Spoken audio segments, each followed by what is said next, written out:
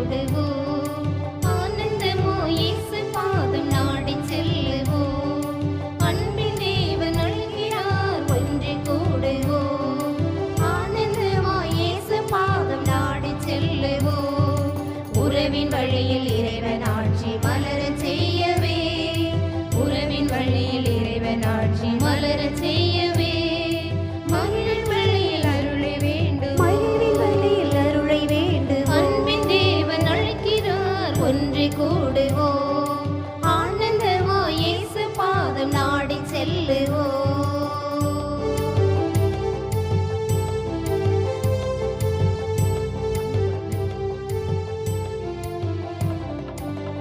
மதங்களில் புதைந்தோம், மனிதத்தை மறந்தோம், வேற்றுமை வளர்த்தோம், இறைமையை தொலைத்தோம். மதங்களில் புதைந்தோம், மனிதத்தை மறந்தோம், வேற்றுமை வளர்த்தோம், இறைமையை தொலைத்தோம். உள்ளங்கள் தெளிந்து உனதில் வருகின்றோம், உள்ளங்கள் தெளிந்து உனதில் வருகின்றோம். உனது அன்பை பலியிலே எமை ஏற்றிடுவாயே, புது வாழ்வு மலரவே எமை மாற்றிடுவாயே. இறை வாழ்வு தரும் பலியினில் இணைவோம். அன்பின் தேவன் அழைக்கிறார் ஒன்று கூடுவோம். ஆனந்தமா இயேசு பாதம் நாடி செல்லுவோம்.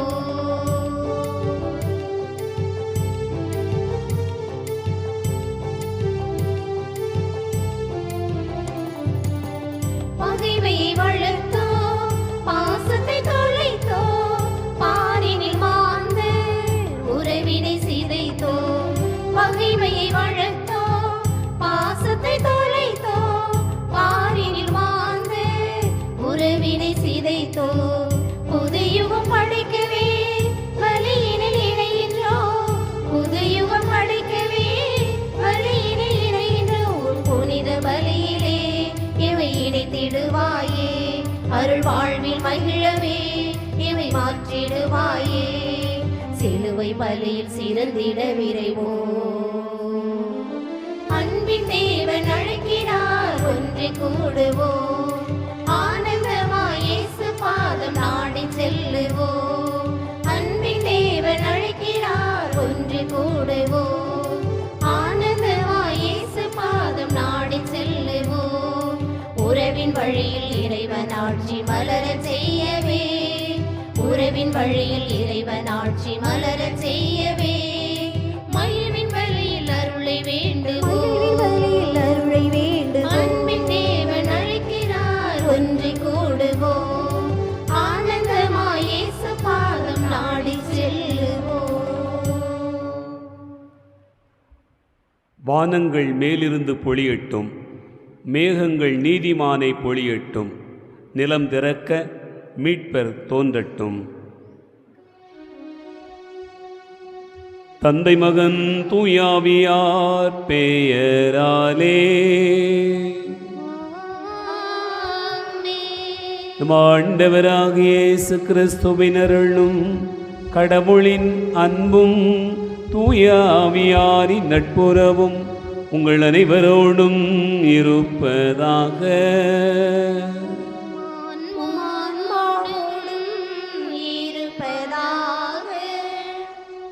திருப்பலி முன்னுரை. இறை இயேசுவில் பிரியமானவர்களே, இன்று நாம் தாய் திரு அவையோடு சேர்ந்து திருவருகை காலம் 4ஆம் ஞாயிறை கொண்டாடி மகிழ்கின்றோம். இந்த ஞாயிறு திருப்பலியில் இறைமகன் இயேசுவின் அன்பை மகிழ்ச்சியை பெற்று செல்ல புனித அன்னை தெரசா அன்பிய குடும்பங்கள் சார்பாக உங்கள் அனைவரையும் அன்புடன் அழைக்கின்றேன். ஆண்டவரின் பிறப்பிற்காய் தங்களை அர்ப்பணித்த அன்னை மரியாவையும் யோசேப்பையும் தியானித்து நமது வாழ்க்கை பாதையை சீர்படுத்த இன்றைய நற்செய்தி வாசகம் நமக்கு அழைப்பு தருகிறது. ஆண்டவரின் அன்பை சுவைத்தவர்கள் தன்னலம் மறந்து மற்றவர்களுக்கு உதவி செய்வதற்கு விரைந்து செல்வார்கள் என்பதற்கு இலக்கணம் அன்னை மரியா. இளம் வயதில் கருவுற்றிருக்கும் அன்னை மரியா முதிர்ந்த வயதில் கருவுற்றிருக்கும் எலிசபெத்தை சந்தித்து உதவி செய்து உடனிருக்க விரைந்து செல்கிறார். இந்த சந்திப்பு ஒருவரை ஒருவர் வாழ்த்துவதிலும் ஆசீர்வதிப்பதிலும் இருந்தது.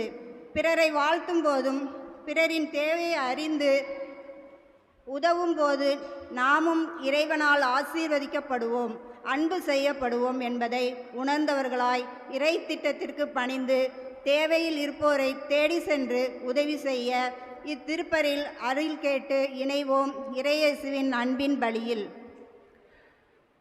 அன்புமிக்க சகோதர சகோதரிகளே, இந்த திருப்பலியை அன்னை தெரசா அன்பிய குடும்பங்கள் இணைந்து ஒப்புக் கொடுக்கிறார்கள். இந்த அன்பிய குடும்பங்களுக்காக நாம் ஜெபிப்போம்.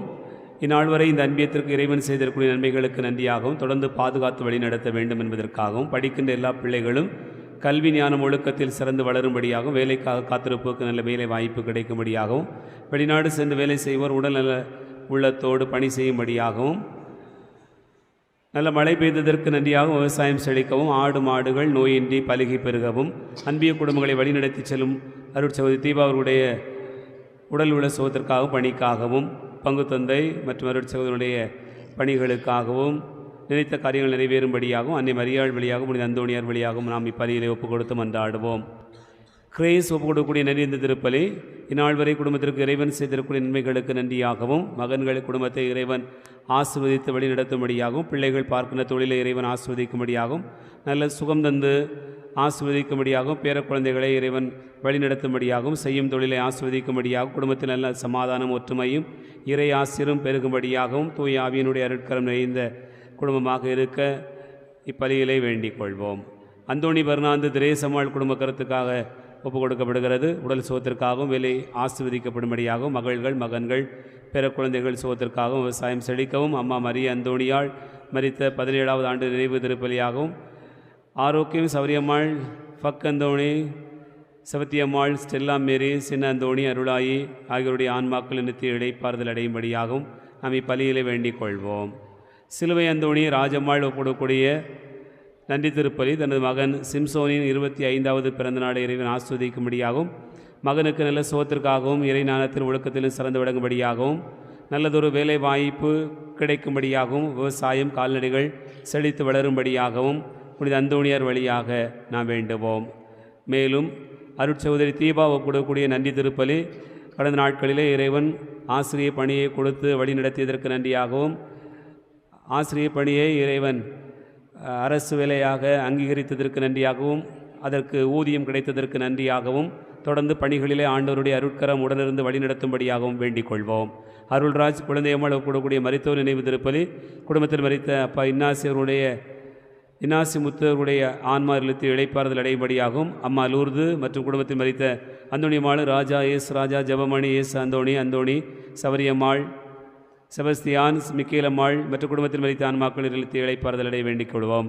வியாகப்பன் ஒப்புக் கொடுக்கக்கூடிய மரித்தோர் 23வது ஆண்டு நினைவு திருப்பலி குடும்பத்தில் மரித்த அம்மா மரிய அந்தோணியாள் அவருடைய ஆன்ம இழைப்பாற்றிக்காகவும் மரித்த Anthony Sowriyammal Viyagappan Joseph Annur Mariyammal Stella Mary Anthony Sami யாருனையாத ஆன்மாக்கள் இல்லத்து இழைப்பாறுதல் அடையக்கூடிய அந்தோணியார் வழியாக வேண்டுவோம். ஆல்பர்ட் அந்தோணியம்மாள் குடும்பத்தில் ஒப்புக் கொடுக்கக்கூடிய மரித்தோர் நினைவு திருப்பலி குடும்பத்தில் மரித்த அம்மா ஜெயசீலியருடைய ஆன்ம இழைப்பாற்றிக்காகவும் மாமா இயேசு மிக்கேல் பாத்திமா பிச்சிடம் குழந்தைகள் மரித்த அனைத்து ஆன்மாக்களுடைய இழைப்பாற்றிக்காக வேண்டிக் கொள்வோம். அருள்ராஜ் சாந்தரூபி ஒப்புக்கூடிய மரித்தோர் நினைவு திருப்பலி குடும்பத்தில் மரித்த அண்ணன் அகுஸ்தீன் ஆரோக்கிய சந்தியாகருடைய ஆன்ம இழைப்பாற்றிக்காக வேண்டிக் கொள்வோம்.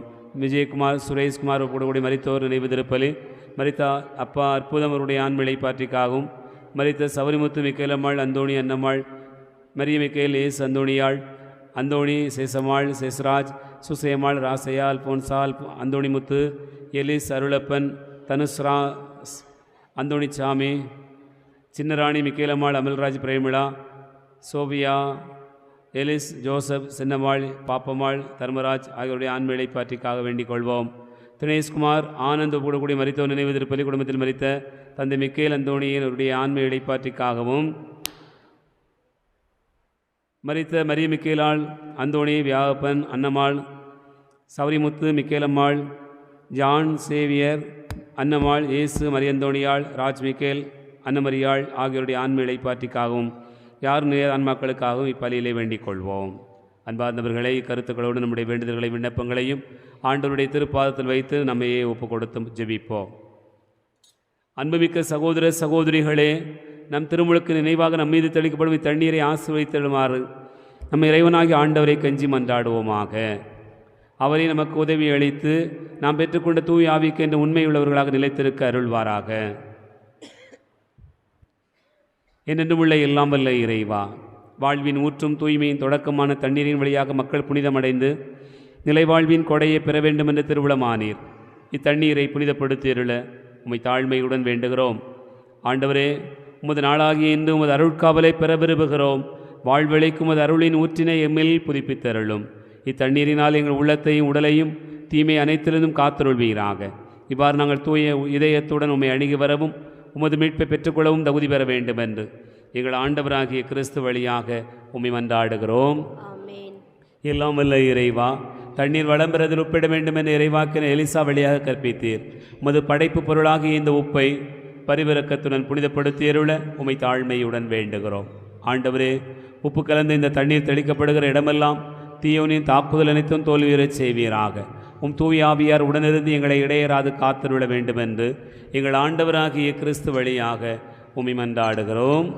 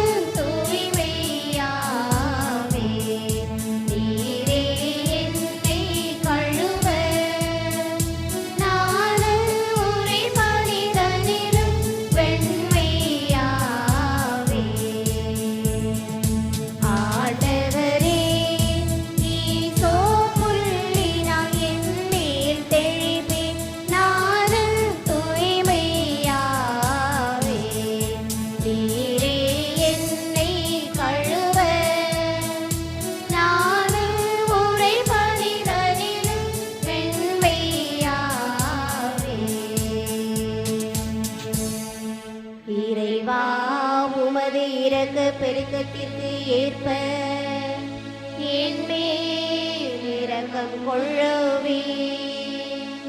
பிதாவும் சுதனும் தூய ஆவியும் துதியும் புகழும் ஒன்றாய் பெருக.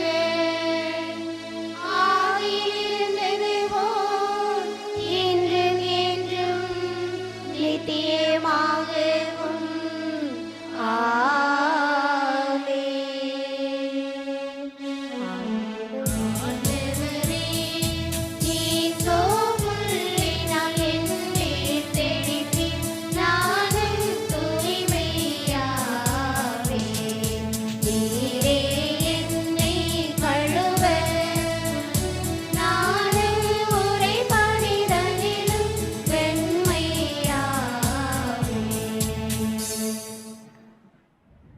எல்லாம் வல்ல இறைவன் நம் பாவங்களிலிருந்து நம்மை தூய்மைப்படுத்துவாராக. இந்த நற்கருணை கொண்டாட்டத்தின் வழியாக அவர் தம்முடைய ஆட்சியின் விருந்தில் பங்கு கொள்ள நம்மை தகுதி பெற செய்தருள்வாராக. மன்றாடுவோமாக. ஆண்டவரே, உமது அருளை எங்கள் மனங்களில் பொழிந்தருள உம்மை வேண்டுகிறோம். திருமகன் மனிதரானதை வானதுதர் வழியாக நாங்கள் அறிந்திருக்கிறோம். அவருடைய பாடுகளினாலும் சிலுவையினாலும் உயிர்ப்பின் மாட்சி பெற நீர் எங்களை அழைத்து செல்ல வேண்டும் என்று எங்கள் ஆண்டவராகிய கிறிஸ்து வழியாக உம்மை மன்றாடுகிறோம்.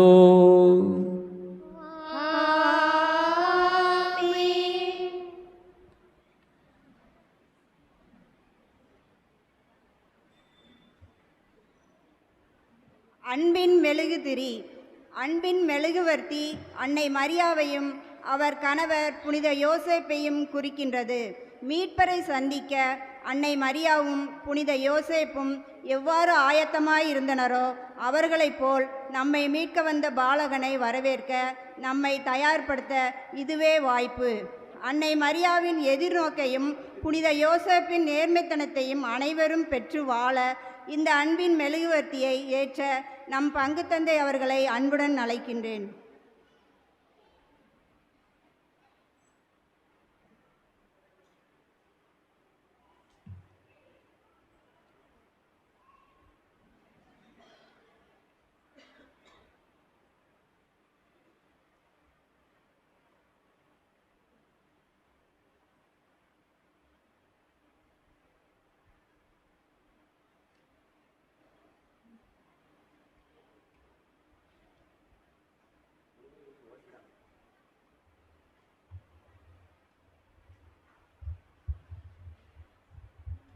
முதல் வாசகம். இஸ்ரவேலை என் சார்பாக ஆளப்போகின்றவர் உன்னிடமிருந்தே தோன்றுவார். இறைவாக்கினர் மீகா நூலிலிருந்து வாசகம். அதிகாரம் 5, இறை வசனங்கள் 2-5 முடிய. ஆண்டவர் கூறுவது இதுவே: நீயோ எப்ராத்தா எனப்படும் பெத்லகேமே, யூதாவின் குடும்பங்களுள் மிக சிறியதாய் இருக்கின்றாய். ஆயினும் இஸ்ரவேலை என் சார்பாக ஆளப்போகின்றவர் உன்னிடமிருந்தே தோன்றுவார். அவர் தோன்றும் வழிமரபோ ஊழி காலமாய் உள்ளதாகும். ஆதலால் பேறுகால வேதனையில் இருப்பவள் பிள்ளை பெறும் வரை அவர் அவர்களை கைவிட்டு விடுவார். அதன் பின்னர் அவருடைய இனத்தாருள் எஞ்சியிருப்போர் இஸ்ரேல் மக்களிடம் திரும்பி வருவார்கள். அவர் வரும்போது ஆண்டவரின் வலிமையோடும் தம் கடவுளாகிய ஆண்டவரது பெயரின் மாட்சியோடும் விளங்கி தம் மந்தையை மேய்ப்பார். அவர்களும் அச்சமின்றி வாழ்வார்கள். ஏனெனில் உலகின் இறுதி எல்லைகள் வரை அப்போது அவர் மேன்மை பொருந்தியவராய் விளங்குவார். அவரே அமைதியே அருளுவார். இது ஆண்டவர் வழங்கும் அருள்வாக்கு.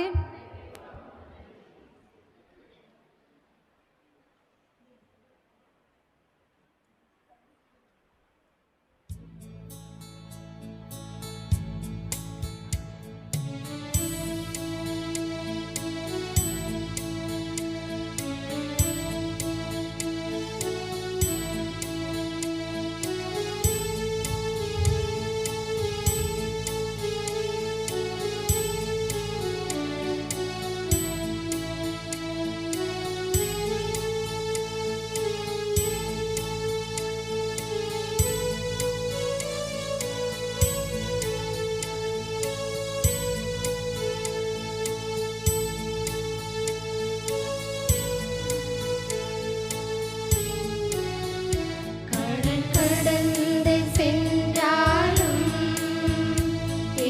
நடுவே நடந்தாலும் புயல் சூழ்ந்து எழுந்திடும் காரிருளை நீ கடந்திட நேர்ந்தாலும் உன்னோடு நான் இருப்பேன், உன்னோடு நான் இருப்பேன். அஞ்சாதே, கலங்காதே.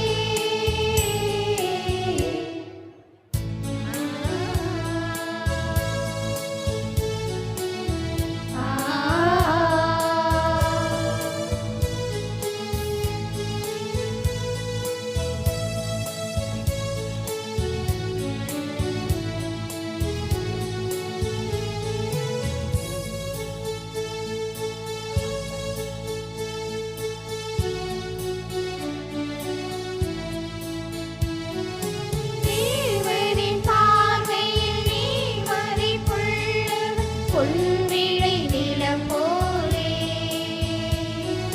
பூமியில் வாழ்ந்திடும் யாவிலும் உன்னிலை உயர்ந்தது அவராலே.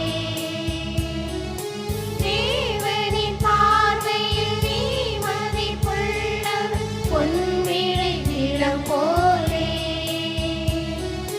பூமியில் வாழ்ந்திடும் யாவிலும் உன்னிலை உயர்ந்தது அவராலே.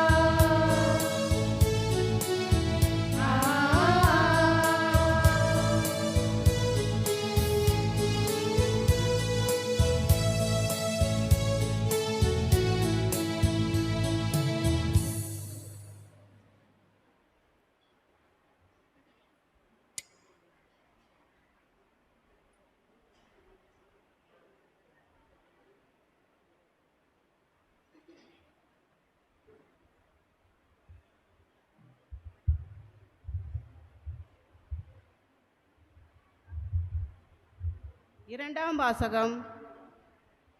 உமது திருவுளத்தை நிறைவேற்ற இதோ வருகின்றேன். எபிரேயருக்கு எழுதப்பட்ட திருமுகத்திலிருந்து வாசகம். அதிகாரம் 10, இறை வார்த்தைகள் 5-10 முடிய. எபிரேயருக்கு எழுதப்பட்ட திருமுகத்திலிருந்து வாசகம். அதிகாரம் 10, இறை வார்த்தைகள் 5-10 முடிய. சகோதர சகோதரிகளே, கிறிஸ்து உலகிற்கு வந்தபோது பலியையும் காணிக்கையையும் நீர் விரும்பவில்லை, ஆனால் ஓர் உடலை எனக்கு அமைத்து தந்தீர். எரிபலிகளும் பாவம் போக்கும் பலிகளும் உமக்கு உகந்தவை அல்ல. எனவே நான் கூறியது, என் கடவுளே, உமது திருவுளத்தை நிறைவேற்ற இதோ வருகின்றேன். என்னை குறித்து திருநூலில் சுருளில் எழுதப்பட்டுள்ளது என்கிறார். திருச்சட்டப்படி செலுத்தப்பட்ட போதிலும் நீர் பலியையும் காணிக்கைகளையும் எரி பலிகளையும் பாவம் போக்கும் பலிகளையும் விரும்பவில்லை, இவை உமக்கு உகந்தவை அல்ல என்று அவர் முதலில் கூறுகிறார். பின்னர் உமது திருவுளத்தை நிறைவேற்ற இதோ வருகின்றேன் என்கிறார். பின்னையதை நிலைக்கச் செய்ய முன்னையதை நீக்கிவிடுகிறார். இந்த திருவுளத்தால் தான் இயேசு கிறிஸ்து ஒரே முறை தம் உடலை பலியாக செலுத்தியதன் மூலம் நாம் தூயவராக்கப்படுகின்றோம். இது ஆண்டவர் வழங்கும் அருள்வாக்கு.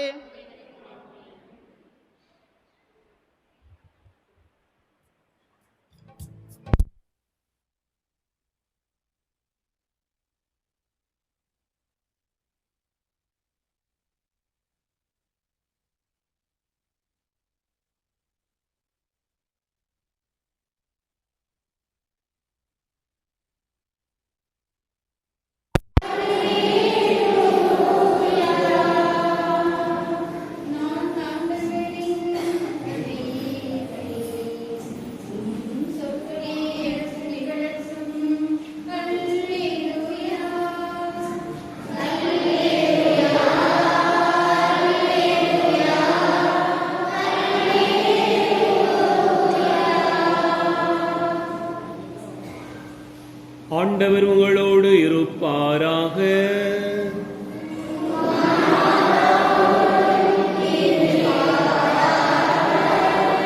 லூக்கா எழுதிய நற்செய்தியிலிருந்து வாசகம்.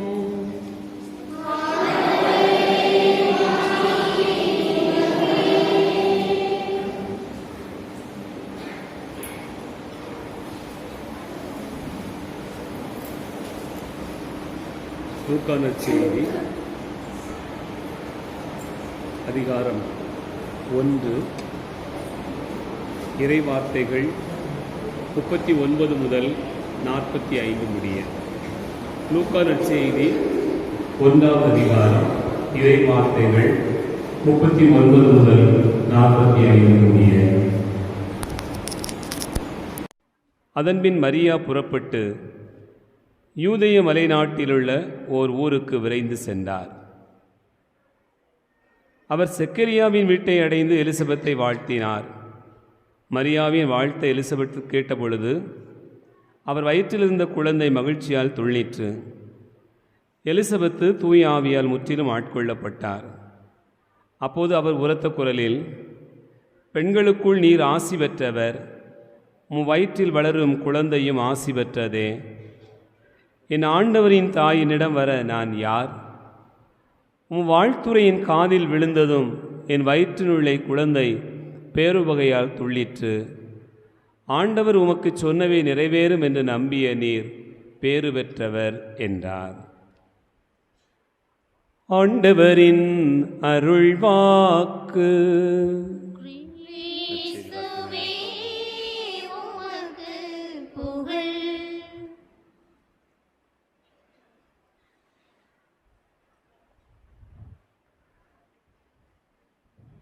ஆண்டவர் இயேசு கிறிஸ்துவில் அன்பு நிறைந்த சகோதரர்களே, சகோதரிகளே, கோடி அற்புதர் புனித அந்தோணியாருடைய அன்பு நிறைந்த பிள்ளைகளே, அனைவருக்கும் இயேசுவின் இனிய நாமத்தில் அன்பு கலந்த வணக்கத்தையும் வாழ்த்துக்களையும் தெரிவித்துக் கொள்வதிலே மகிழ்ச்சி அடைகிறேன்.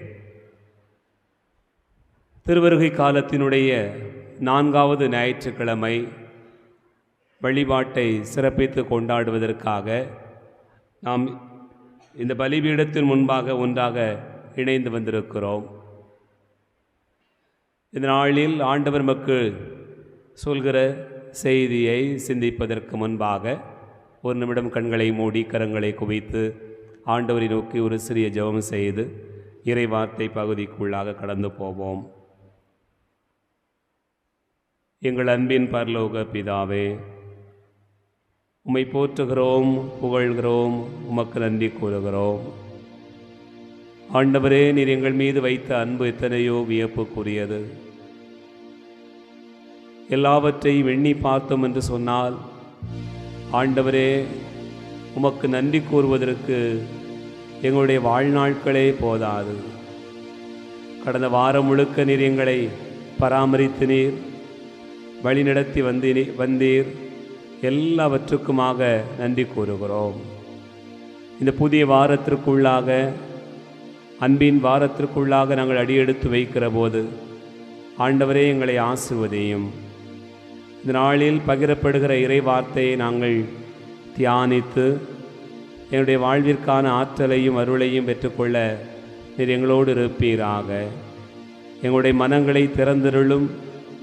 இந்த வாரம் முழுக்க உமது அன்பின் மழையில் நாங்கள் நனைய ஆண்டவரே எங்களை ஆசிர்வதிப்பீராக. உம்மை நோக்கி ஜெபிக்கிறோம், ஜெபம் கேளும் நல்ல பிதாவே. இயேசு வாழ்க, மரியே வாழ்க. இயேசுக்கே புகழ், இயேசுக்கே நன்றி. ஹல்லேலூயா, பிரைஸ் தி லார்ட், ஆமென். ஆண்டவர் இயேசு கிறிஸ்துவின் அன்பார்ந்த சகோதர சகோதரிகளே, திருவருகை காலம் தொடங்கிய நாளிலிருந்தே நாம் பல்வேறு விதமான செய்திகளை பெற்று வருகிறோம். திருவருகை காலத்தினுடைய முதல் வாரத்தை எதிர்நோக்கின் வாரம் அல்லது நம்பிக்கையின் வாரம் என்று நாம் கொண்டாடினோம். 2வது வாரத்தினை அமைதியின் வாரம் என்று தியானித்தோம். கடந்த ஞாயிற்றுக்கிழமை திருவருகை காலத்தினுடைய 3வது ஞாயிறு மகிழ்ச்சியின் ஞாயிறு என்று நாம் கொண்டாடி மகிழ்ந்திருக்கிறோம். இந்த ஞாயிற்றுக்கிழமையை நாம் அன்பின் வாரம் என்று கொண்டாடுவதற்காக அழைக்கப்பட்டிருக்கிறோம். அன்பின் திரியை நாம் ஏற்றி வைத்திருக்கிறோம். இந்த வாரத்திலே நாம் இயேசுனுடைய பிறப்பு பெருவிழாவை கொண்டாடவிருக்கிறோம். அந்த நாளிலே சமாதானத்தின் நாள், உலகத்தின் மீட்பின் நாள் என்பதை கொண்டாடும் விதமாக வெள்ளை மெழுகுதிரியை ஏற்றி இயேசுனுடைய பிறப்பை கொண்டாடவிருக்கிறோம். ஆகவே இப்படியாக பல்வேறு நிலைகளிலே நாம் பல காரியங்களை குறித்து தியானித்து கொண்டிருக்கிற போது இந்த நாளில் இந்த அன்பின் ஞாயிறு நமக்கு வெளிப்படுத்துகிற செய்தி என்ன என்பதனை தியானிக்க உங்கள் அனைவரையும் அன்போடு கூட அழைக்கிறேன். உங்களுக்கு தெரியாத ஒன்றை நான் இங்கே பகிரவில்லை. உங்கள் எல்லாருக்கும் தெரிந்த, எல்லாரும் புரிந்து கொள்ளக்கூடிய, எல்லாரும் செய்து கொண்டிருக்கக்கூடிய ஒரு காரியத்தை குறித்து தான் உங்களோடு கூட தியானிக்க முற்படுகிறேன். அன்பார்ந்தவர்களே, உங்கள் எல்லாருக்கும் ஒரு கேள்வி, மிக எளிமையான கேள்விதான். இன்றைக்கு நான் வாழுகிற உலகத்தில் அன்பு இல்லாமல் வாழ முடியுமா, முடியாதா? முடியாதா? அன்பு இல்லாமல் வாழ முடியுமா, முடியாதா? ரொம்ப ஆழமாக ரொம்ப ரொம்ப உணர்ந்து நீங்கள் ஃபீல் பண்ணி சொன்னதை பார்க்கல எனக்கு ஆச்சரியமாக இருக்கு. டக்குன்னு வருது பார்த்தீங்களா? அப்போ என்ன நினைக்கிறேன்னு சொன்னால், உடனே அந்த பதில்னு சொன்னால் அன்பு தான் மையம் அப்படின்னு நீங்கள் நினைக்கிறத நான் பார்க்க முடிகிறது. இயேசு வாழ்க, மரியே வாழ்க. அன்பார்ந்தவர்களே, ஏன் அப்படி சொல்லுகிறோம் என்று சொன்னால், அன்புதான் எல்லாவற்றுக்குமான மையம் என்பதை நாம் அறிகிறோம். ஜப்பான் நாட்டில் எப்போ பூகம்பம் வரும்னு தெரியாதான், அப்பப்போ வரும். அதனால் வீடுகளெல்லாம் எப்படி கட்டுவாங்கன்னு சொன்னால் மரத்தால் ஆன வீடுகளை கட்டுவாங்க. அப்படி ஒரு வீட்டில் மரத்தால் ஆன வீடு கட்டியிருக்கக்கூடிய அந்த வீட்டில் நடந்த ஒரு உண்மை சம்பவம் என்று சொல்லப்பட்டிருக்கிறது. ஒரு 5 வருஷத்துக்கு முன்னாடி கட்டப்பட்ட அந்த மரத்தாலான வீட்டில் சின்ன ஒரு சில பராமரிப்பு பணிகள் செய்கிறதுக்காக அந்த வீட்டுக்காரரு மரத்தாலான அந்த சுவரை கொஞ்சம் பெயர்த்து எடுத்தாங்க. அப்படி பெயர்த்து எடுக்கும்போது அந்த மரப்பலகையினுடைய மையத்தில் அங்கிட்டும் இங்கிட்டும் அசையாமல் அப்படியே ஒரு பல்லி இருந்துச்சு. ஒரு பக்கம் அசைய முடியாமல் ஒரு பல்லி இருந்துச்சு. வீட்டுக்கு உரிமையாளருக்கு அந்த பல்லியை பார்த்த உடனே ஒரே ஆச்சரியம். இந்த மரத்துக்கு இடையில் அது எப்படி போய் உட்கார்ந்துச்சு அப்படிங்கிறது பெரிய ஆச்சரியமாக இருந்தது. ஏன்னா 2-3 பலகையாக சேர்த்து தானே அவங்க அடுக்கி வச்சுருக்கிறாங்க. அதுக்கிடையில் இது எப்படி போச்சு அப்படின்னு பார்த்தார். ஒரு குச்சி எடுத்தார், லேசாக அந்த பல்லியை அப்படி அசைச்சு பார்த்தாரு, இப்படி அசைச்சு பார்த்தாரு. அது போக மாட்டுக்கு, நகரவே இல்லை, அசையவே இல்லை, அப்படியே உட்கார்ந்துருக்கு. உடனே அந்த பல்லியே கொஞ்ச நேரம் உற்று பார்த்தாரு. அப்போ தான் அவருக்கு தெரிஞ்சிச்சு, அந்த பல்லியினுடைய காலில் ஒரு ஆணி அரைஞ்சிருக்கு. பல்லியினுடைய காலில் ஒரு ஆணி அரைஞ்சி அப்படியே இருக்கு. அந்த ஆணி அரைஞ்சதுனால அந்த பல்லி அங்கிட்டும் இங்கிட்டும் நகராமல் அப்படியே இருக்கு. இவருக்கு ஆச்சரியம் என்ன சொன்னால், இத்தனை வருஷமாக இது எப்படி உயிரோடு இருக்கு அப்படிங்கிறது தான். அதனால் இது யார் தான் இதுக்கு சாப்பாடு கொடுக்குறா அப்படின்னு பார்க்குறதுக்காக அப்படி கூர்ந்து கவனிச்சுக்கிட்டே உட்கார்ந்தாராம்.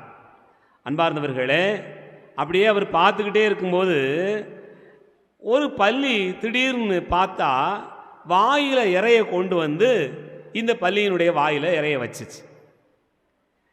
இதை பார்த்த உடனே இவருக்கு பெரிய ஆச்சரியம். அந்த அடிபட்டு கிடக்கக்கூடிய அந்த பல்லிக்கு இத்தனை வருஷமாக யார் உணவு கொடுத்துட்ருக்கா? இன்னொரு பல்லி. அடடா, என்ன ஆச்சரியம்!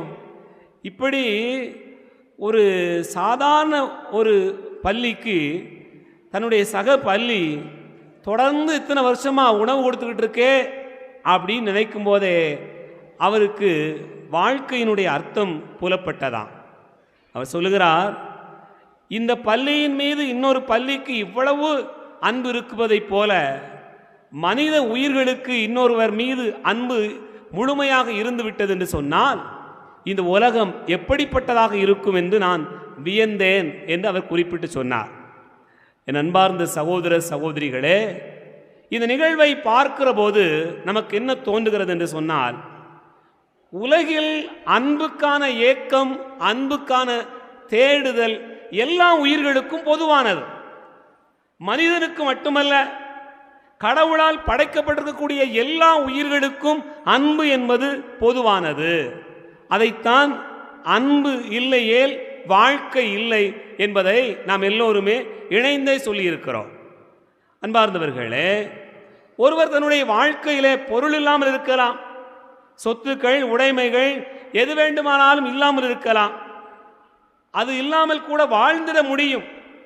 ஆனால் அன்பு இல்லாமல் ஒருவர் வாழவே முடியாது என்பதுதான் நாம் பார்க்கக்கூடியதாக இருக்கிறது. நீ யோசித்து பார்க்கலாம், இன்னைக்கு வளர்ந்துட்டோம், பெரிய ஆளாயிட்டோம், நமக்கு எல்லா விவரமும் தெரியும், நிறைய படிச்சிருக்கிறோம், நிறைய சம்பாதிக்கிறோம். இப்போ எதுக்குப்பா அன்பு? இப்போ யார் வேணும் நமக்கு? இப்போ நமக்கு யாருமே தேவையில்லை, எதுவுமே தேவையில்லை. எதுவுமே இல்லட்டா கூட நம்மளால் வாழ முடியும், யாருடைய அன்பும் இல்லாமல் கூட வாழ்ந்துட முடியும் அப்படிங்கிற மனசு இன்னைக்கு தான் வந்திருக்கு. ஆனால் நீங்கள் யோசித்து பார்க்க வேண்டியது என்ன? ஒரு மனிதனுக்கு அன்பு என்பது எப்படிப்பட்டது ஒரு தேவையாக இருக்கிறது என்று சொன்னால், அவனுடைய வாழ்க்கையை இந்த பூமியில் தொடங்கி வைப்பதற்கே அன்புதான் தேவைப்படுகிறது. வளர்ந்து விட்டவர்கள் எனக்கு தேவையில்லை என்று சொல்லலாம், வளர்ந்து விட்டவர்கள் எனக்கு மற்ற எல்லாம் இருக்கிறது, இதை மையப்படுத்தி நான் வாழ வேண்டும் என்கிற அவசியமில்லை என்று சொல்லலாம். ஆனால் வாழுகிற நம் எல்லாருக்குமே இந்த வாழ்க்கையினுடைய தொடக்கத்தில் தேவைப்பட்டது அன்புதான். தாயினுடைய வயிற்றிலிருந்து வெளியே வந்த உடனே 1.5 கிலோ 2 கிலோ 2.5 கிலோ 3 கிலோ அப்படின்னு இருக்கக்கூடிய இந்த உடலினுடைய எடையானது இன்றைக்கு 50 கிலோ 60 கிலோ 70 கிலோ கூடின உடனே நாம் என்ன நினைக்கிறோம்? யாரும் தேவையில்லை, எதுவும் தேவையில்லை, எந்த அன்பும் தேவையில்லை அப்படிங்கிற ஒரு மனதிற்கு போய் நிற்கிறோம். என் அன்புக்குரிய சகோதர சகோதரிகளே, இந்த உடலில் மாற்றம் வந்த பிறகுதான் நம்ம என்ன சொல்லுகிறோம் என்று சொன்னால், வேற எதுவும் தேவையில்லை, அன்பு தேவையில்லை என்று சொல்லுகிற மனநிலைக்கு வந்திருக்கிறோம். ஆனால் உண்மையிலேயே எல்லா உயிர்களினுடைய தொடக்கம் எங்கே இருந்து ஆரம்பிக்கிறது என்று சொன்னால் அன்பிலிருந்து தான் தொடங்குகிறது. இப்போ ஒரு குழந்தை பிறந்த உடனே அதை அப்படியே போட்டாங்கன்னு என்ன செய்யும்? ஆடு குட்டி போட்டுட்டு மானு குட்டி போட்டுட்டு அதை அப்படியே போட்டு போனால் அது என்ன செய்யும்? எப்படியாவது தத்தி பிழைச்சி வாழ்கிறதுக்கு அதுக்கு ஒரு வழியை வச்சுருக்கான். மனுஷன் குட்டி போட்டாமல் எதுக்காவான்? அப்படி தான் இருக்கும். மனுஷன் அப்படி போட்டு போயிட்டாங்கன்னு என்ன செய்ய முடியும்? என் அன்புக்குரிய சகோதர சகோதரிகளே, ஆகவே தான் நம்ம என்ன பார்க்குறோம் அப்படின்னு சொன்னால், ஒரு மனிதன் அன்பினால் மட்டும்தான் வாழுகிறான், அன்பினால் மட்டும்தான் வளர்க்கப்படுகிறான். ஒரு தாய்க்கோ தந்தைக்கோ அன்பற்று போய்விட்டது என்று சொன்னால், அந்த பிள்ளையை கவனிக்கலை அப்படின்னு சொன்னால் அந்த பிள்ளை யாரா வளர்ந்து நிற்கிறாங்கிறது நமக்கு தெரியும். சிலரை பாருங்க, காடா மேடா வளர்தான், காட்டு கழுதையா அலையுதான், யார் சொன்னாலும் கேட்க மாட்டேங்கான், எப்படி சொன்னாலும் கேட்க மாட்டேங்கிறான், யாருக்கும் மதிப்பு கொடுக்கல, யாருக்கும் கீழ்ப்படியலை அப்படின்னு ஒரு பிள்ளை இருக்குதுன்னு சொன்னால், அந்த பிள்ளை தொடக்கத்தில் அன்பற்றவனாய் வளர்க்கப்பட்டிருக்கிறான். அன்பு செய்யப்படாமல் வளர்க்கப்படுகிற குழந்தைகள் காட்டில் வளருகிற மற்ற விலங்குகளைப் போலதான் இருக்கிறார்கள். காட்டில் வளர்கிற விலங்குகள் கூட, கொடூரமான விலங்குகள் கூட அன்பு செய்துதான் உலகில் இன்னொரு உயிரை பிரசவிக்கின்றன என்று பார்த்தோம் என்று சொன்னால், மனித பிறப்பு என்பது இந்த அன்பினால் மையப்படுத்தப்பட்டதாக இருக்க வேண்டும் என்பதைத்தான் நாம் தொடக்கத்திற்கு போக அழைக்கப்படுகிறோம். கடவுளுடைய படைப்பின் தொடக்கத்திலேயே நாம் பார்ப்பது அன்பினால் மட்டும்தான் உயிர்கள் வாழும், அன்பினால் மட்டும்தான் உயிர்கள் வளர்க்கப்படுகின்றன, அன்புதான் மையம் என்பதை எல்லாத்துக்கும் இந்த படைப்பின் செய்தியாக அறிவிக்கப்படுகிறது. அன்பார்ந்தவர்களே, இதெல்லாம் சரிதான். ரெண்டாவது கேள்வி நமக்கு என்ன வருதுன்னு சொன்னால், இந்த உலகத்தில் அன்புக்கு பஞ்சம் இருக்கா இல்லையா? பஞ்சம் இருக்கா இல்லையா? பஞ்சர் தான் இருக்கா? பஞ்சம் இருக்கா இல்லையா? இருக்கா இல்லையா? இயேசு வாழ்க, மரியே இங்கே தான் இருக்கீங்களா? இயேசு வாழ்க, மரியே வாழ்க. அன்பார்ந்தவர்களே, உலகிற்கு அன்பில் பஞ்சம் இருக்குதா இல்லையா? என்ன சவுண்ட் வர மாட்டேங்குது? இருக்கா இல்லையா? இருக்கா? நான் பார்க்குறேன் உலகத்தில் அன்புக்கு பஞ்சமே இல்லை அப்படின்னு நான் பார்க்குறேன். எப்படி? அன்பார்ந்தவர்களே, உலகில் அன்பிற்கு பஞ்சமே இல்லை. நாம் எதுக்காக அன்பின் வாரத்தை கொண்டாடணும்? உலகத்தில் அன்புக்கு பஞ்சம் கிடையாது. ஆனால் அன்பை குறித்து தியானிங்க அப்படின்னு சொல்லி திருச்சபை நமக்கு சொல்லுகிறாரு. நீங்கள் பாருங்கள், இன்றைக்கு உலகத்தில் படைக்கப்பட்டிருக்கக்கூடிய எந்த படைப்பை எடுத்துக்கொண்டாலும் எல்லாத்துலேயும் அன்பை மையப்படுத்தி தான் மனுஷன் உருவாக்குறான். கவிதைகள், கட்டுரைகள், காப்பியங்கள், இதிகாசங்கள், திரைப்படங்கள், பாடல்கள், துணுக்குகள், கதைகள், தொடர் நாடகங்கள், பள்ளி கல்லூரி எல்லா இடங்களிலும் அன்பு இருக்கா இல்லையா? அது ஒன்று தான் இருக்குது. அப்படிதானா? அன்பு இருக்கா இல்லையா? எல்லா இடங்களிலும் அது ஒன்று தான் அதிகமாக இருக்குது. அன்பார்ந்தவர்களே, சோசியல் மீடியாவை எடுத்துக்கோங்க, வாட்ஸ்அப்பு, இன்ஸ்டாகிராம், ஃபேஸ்புக்கு, ட்விட்டர், அப்படி எதை எடுத்துக்கிட்டாலும் எல்லா இடங்களிலும் அன்பை பற்றிய மேற்கோள்கள், நிகழ்வுகள், கதைகள், சண்டைகள், அடிதடிகள் எல்லாமே எதை பற்றி இருக்கிறது? அன்பை பற்றி தான் இருக்கிறது. இப்படி அன்பை கொண்டாடுகிற உலகில் நீங்கள் அன்பை பற்றிய விழாக்களுக்கு பஞ்சமே இல்லை. ஒரு பிறந்த நாள் கொண்டாடுறாங்க ஒரு வீட்டில், நம்ம ஊர்லேயும் நிறைய வீடுகளில் நடக்கும். பிள்ளைக்கு 1 வயசு பிறந்த நாள், 2 வயசு பிறந்த நாளுக்கு என்ன செய்வீங்க? என்ன செய்கிறோம்? பக்கத்து வீட்டில் சொந்த பந்தங்களெல்லாம் கூப்பிட்டு சாப்பாடெல்லாம் போடுறோம். கொண்டாடுறோமா இல்லையா? அன்பார்ந்தவர்களே, அன்பை கொண்டாடுவதற்கு பஞ்சமில்லை. அன்பு என்பது பல வழிகளில் கொண்டாடப்படுகிறது. முன்னாடிலாம் பிறந்த நாளே நிறைய பேருக்கு தெரியாது. நம்மளை எப்போ பிறந்தோம் அப்படின்னு தெரியல. நிறைய பேர் கேட்பாங்க, திருப்பி நீ எதுக்கு தான் பிறந்தன்னு கேட்பாங்க. அது வேறு விஷயம். ஆனாலும் எப்போ பிறந்தோம்னு நமக்கு தெரியாது.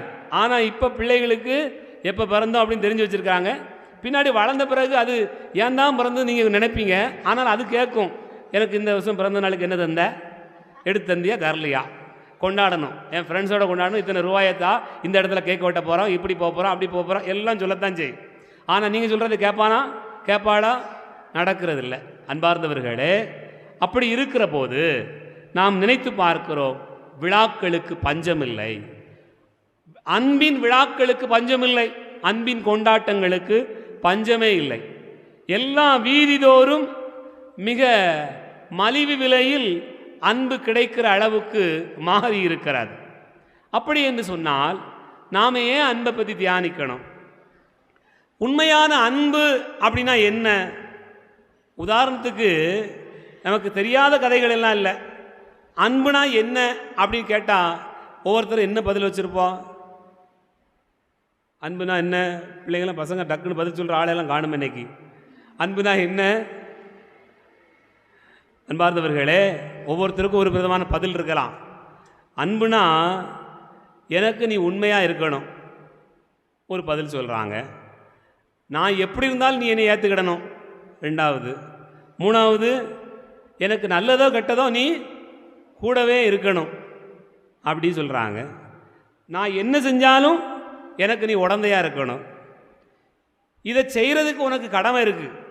ஏன்னா நான் உன்னை அன்பு செய்கிறேன், நீ என்னைய அன்பு செய்கிற. அப்போ நான் என்ன பேசினாலும் நீ என்னைய எதுவும் சொல்லக்கூடாது. இது அன்பா அன்பில்லையா? அன்பா அன்பில்லையா? இப்படி சொல்லிட்டேன்னா குடும்பத்தில் சண்டை வந்துட போகுது. அன்பு இல்லைன்னு நீங்கள் சொன்னால் கட்டாயமா அப்போ அது கிடையாதா? உங்கள் பிள்ளை என்ன செஞ்சாலும் நீங்கள் சரின்னு சொல்லிடலாம், சொல்ல மாட்டீங்களா? அப்படி சொல்லாத பெற்றோர் கை தூக்கம் ஆகும். அப்படி எத்தனை பேர் கை தூக்கம் ஆகும்? ஒருத்தர் கூட கை தூக்கலை. ஒரே ஒரு ஆள். பிள்ளையெல்லாம் கல்யாணம் முடிச்சு பேரை பற்றியெல்லாம் நடத்தாச்சு, அதுக்கு பிறகு பார்த்துக்கிடுவோம் இல்லையா? இப்போ இருக்கக்கூடிய பெற்றோர் என்ன நினைக்க வேண்டியிருக்குன்னு சொன்னால், என் பிள்ளை என்ன சொன்னாலும் சரியாக தான் இருக்கும், என் மகன் மகா என்ன சொன்னாலும் சரியாக தான் இருக்கும் அப்படின்னு சொல்கிற நிலைமை தான் இன்றைக்கு அன்பினுடைய தன்மையாக இருக்கிறார். அதை மாற்றி பேசிட்டோம்னு சொன்னால் பிள்ளை என்ன செய்யணும்னு தெரியாது. நாம் பிள்ளை இல்லாமல் தவிச்சிடக்கூடாது. பல யோசனை வருது. திடீர்னு அவன் வேறு ஏதாவது பண்ணிக்கிடுவான், அவன் வேறு ஏதாவது பண்ணிக்கிடுவான். அதனால் பிள்ளையினுடைய விருப்பத்துக்கு ஏற்றாப்புல போக வேண்டியிருக்கு. அதனால் அதே மாதிரி பெற்றோருடைய விருப்பத்திற்கு ஏற்றாப்புல நடந்து கொள்ள வேண்டியிருக்கிறது. அன்பினுடைய தன்மையே புரிதலே இன்றைக்கு மாறி நிற்கிறது. இந்த காலகட்டத்தில் தான் திருச்சபை இந்த வாரத்தை அன்பின் வாரமாக கொண்டாட அழைப்பு தருகிறது. இன்றைய வாசகங்களின் அடிப்படையில் நாம் சிந்தித்து பார்த்தோம் என்று சொன்னால், உண்மையான அன்பு என்ன என்பதனை 5 காரியங்களாக நமக்கு சொல்லப்படுகிறது. முதல் வாசகம் 3 கதை நிகழ்வுகள் செய்தியை சொல்கிறது. இரண்டாவது வாசகம் ஒரு செய்தியை சொல்கிறது. நற்செய்தி வாசகம் ஒரு செய்தியை சொல்கிறது. அன்பார்ந்தவர்களே, இன்றைய முதல் வாசகத்தின் அடிப்படையில் நீங்கள் சிந்தித்து பார்த்தீர்கள் என்று சொன்னால், மீகா புத்தகத்திலிருந்து எடுக்கப்பட்டிருக்கிறது. அது நமக்கு சொல்லுகிற முதல் செய்தி என்ன? அன்பு எப்படிப்பட்டதாம்? 2வது வசனம், 5வது அதிகாரம் 2வது வசனம் சொல்லுங்க, வாசிங்க. நீயோ எப்ராத்தா எனப்படும் பெத்லகேமே, யூதாவின் குடும்பங்களுக்குள் மிகச் சிறியதாய் இருக்கிறாய். ஆயினும் இஸ்ரேலை என் சார்பாக ஆளப்போகிறவர் உன்னிடமிருந்தே தோன்றுவார். அவ்வளவுதான், உன்னிடமிருந்தே தோன்றுவார். அப்ப அன்புன்னு சொன்னா எளியவர்களை அன்பு செய்வதுதான் அன்பு. அதுதான் கடவுளுடைய அன்பு. எப்ராயிம் சிறியதுதான், பெத்லகேம் என்று அது சிறியதுதான். ஆனால் மீட்பர் எங்கிருந்து வந்தார்? சிறியதிலிருந்து தான் வந்தார். பெத்லகேமிலிருந்து தான் மீட்பர் தோன்றினார். அப்ப நாம என்ன நினைக்கிறோம்னு சொன்னா, அன்புன்னு சொன்னா பிரம்மாண்டமா இருக்கணும், பெரிதா இருக்கணும், வேற லெவலில் கொண்டாடணும் அப்படின்னு நினைக்கிறோம். ஆனா அன்புங்கிறது எங்கிருந்து ஆரம்பிக்கு? உங்க அம்மா சின்னவா, உங்க அப்பா ரொம்ப சின்னவர், அவங்க கஷ்டப்பட்டு உழைக்கிறாங்க, அவங்க பாடுபட்டு சேர்க்கிறாங்க, அவங்க உங்களுக்கு இப்படி செய்கிறாங்க, அங்கிருந்து தான் உன் அன்பு தொடங்கணும். நீ பிரமாண்டத்தை பார்க்கிறாய், டிவியை பார்க்குற, படத்தை பார்க்குற, காட்சிகளை பார்க்குற, கடையை பார்க்குற, வியாபாரத்தை பார்க்குற, பெருசா பார்க்குற அந்த பழக்க வழக்கங்கள் வளர்ந்துவிட்ட காரணத்தினால் உன்னில் இருந்து தொடங்குகிற சிறிய காரியங்கள் உனக்கு பெரிதாக தோன்றுவதில்லை. ஆகவே ஆண்டவருடைய வாக்கு சொல்கிறது, எப்ராயிமே, பெத்லகேமே, நீ சிறியது, நீ எண்ணிக்கையில் பெரிதாயிருக்கிறாய் என்பதற்காக உன்னை நான் தேர்ந்து கொள்ளவில்லை. நீ எளிமையானதாக சிறியதாக இருக்கிற காரணத்தினால் உன் மீது அன்பு பாராட்டினேன் என்று ஆண்டவர் சொல்கிறார். அப்படி என்று சொன்னால் நம்முடைய அன்பு எளிமையாக இருக்கக்கூடிய நம் தாய் தந்தை இடத்திலிருந்து நம் குடும்பத்திலிருந்து புறப்பட வேண்டும் என்பதைத்தான் இந்த வாக்கியம் நமக்கு சொல்வதாக சிந்தித்து பார்க்க வேண்டியிருக்கிறார். இரண்டாவது, நம்முடைய அன்பு எப்படிப்பட்டதாக இருக்க வேண்டுமாம்? அந்த 2வது வசனத்திலேயே அடுத்த தொடர்ந்து வாசியுங்க. அவர் தோன்றும் வழிமரவோ ஊழி ஊழி காலமாய் உள்ளதாகும். அது என்ன அர்த்தம் அன்பார்ந்தவர்களே? ஊழி ஊழி காலம் என்பது காலந்தோறும் இருக்கக்கூடியது. என் அன்பு என்பது உடன்படிக்கையின் அன்பு, காலந்தோறும் இருக்கக்கூடிய அன்பு. ஆகவே 2வது இந்த அன்பினுடைய தன்மை எப்படிப்பட்டது? உடன்படிக்கையின் அன்பு என்று புரிந்து கொள்கிறோம். அன்பார்ந்தவர்களே, இன்றைக்கு அன்பெல்லாம் எப்படி இருக்குதுன்னு சொன்னால், சேர்ந்து வாழ்ந்து பார்ப்போம், பிடிச்சா கண்டினியூ பண்ணுவோம், இல்லைன்னா விட்டுருவோம், அப்புறம் பார்த்துக்கிடலாம். அதனால் சண்டையோடு போராட்டத்தோடு எவ்வளவு நாளைக்கு ஓடணுமோ அவ்வளோ நாளைக்கு ஓடட்டும், பிறகு பார்த்துக்கிடலாம் அப்படிங்கிற மாதிரியான ஒரு சூழ்நிலை இருக்கிறது. ஆனால் இறைவனுடைய அன்பு நமக்கு சொல்லுவது என்ன? ஒரு தடவை நீ உடன்படிக்கை மேற்கொண்டால் இந்த உடன்படிக்கையில் நிலைத்து நிற்கக்கூடியதாக இருக்க வேண்டும் என்கிற ஒரு செய்தி தான் நமக்கு வலியுறுத்தப்படுகிறது. ஆகவேதான் ஊழி ஊழி காலமான அன்பு. திருமணத்தில் நீங்கள் ஏற்படுத்தி கொண்ட அன்பு ஊழி ஊழி காலமான அன்பு, உங்களுடைய தலைமுறை தோறும் தொடர வேண்டிய அன்பு, இது எப்போதும் நிலைத்திருக்க வேண்டிய ஒரு அன்பு. அதைத்தான் இந்த அன்பினுடைய உண்மையான அன்பினுடைய தன்மையாக பார்க்கிறோம். நம்முடைய உலகத்தில் நீடித்த அன்பு என்பது குறைந்திருக்கிறது, காலந்தோறும் அன்பு என்பது குறைந்திருக்கிறது. ஆகவே ஊழிக்கு ஊழி காலமாக தொடர வேண்டிய அன்பினுடைய தன்மை குறைந்திருக்கிறது. ஆகவேதான் இந்த அன்பின் வாரத்தை கொண்டாடி நாம் உடன்படிக்கையில் நிலைத்திருக்க வேண்டும் என்கிற செய்தி நமக்கு 2வது சொல்லப்படுகிறது. 3வது, அன்பார்ந்தவர்களே, அன்பு என்று சொன்னால் எப்படிப்பட்டது? 3வது வசனத்தை வாசிங்க. ஆதலால் பேறுகால வேதனையில் இருப்பவள் பிள்ளை பெறும் வரை அவர் அவர்களை கைவிட்டு விடுவார். யார் கைவிட்டு விடுவார்? ஆண்டவர் கைவிட்டுருவாராம். ஏன் அன்பார்ந்தவர்களே? ஒரு தாய் குழந்தையை பெற்றெடுக்கிற வரையில் அவர் கைவிட்டுருவார். அப்போ ஆண்டவர் கைவிட்டுருவாரா? என்ன பொருள்? நீ தான் வலி தாங்கணும், நீ தான் கஷ்டத்தை தாங்கணும், நீ தான் துன்பத்தை தாங்கணும். ஆகவே சில நேரங்களில் அன்பு என்ன செய்யும் சொன்னால் கண்டிக்கும், உங்களை கண்டிக்கும். கடவுளுடைய அன்பு உங்களை கண்டித்து திருத்தும். இன்னைக்கு உலகத்தில் யாருக்கும் பிடிக்காத ஒரு காரியம், என்னை யாரும் கண்டிக்கக்கூடாது, யாரும் என்னை குறை சொல்லக்கூடாது, யாரும் எனக்கு அறிவுரையே சொல்லக்கூடாது. அப்படி சொன்னால், யாராவது அப்படி சொல்ல நினைச்சா, நீ ஓகேவா, நீ சரியா என்று திரும்ப உங்களை கேட்கும்.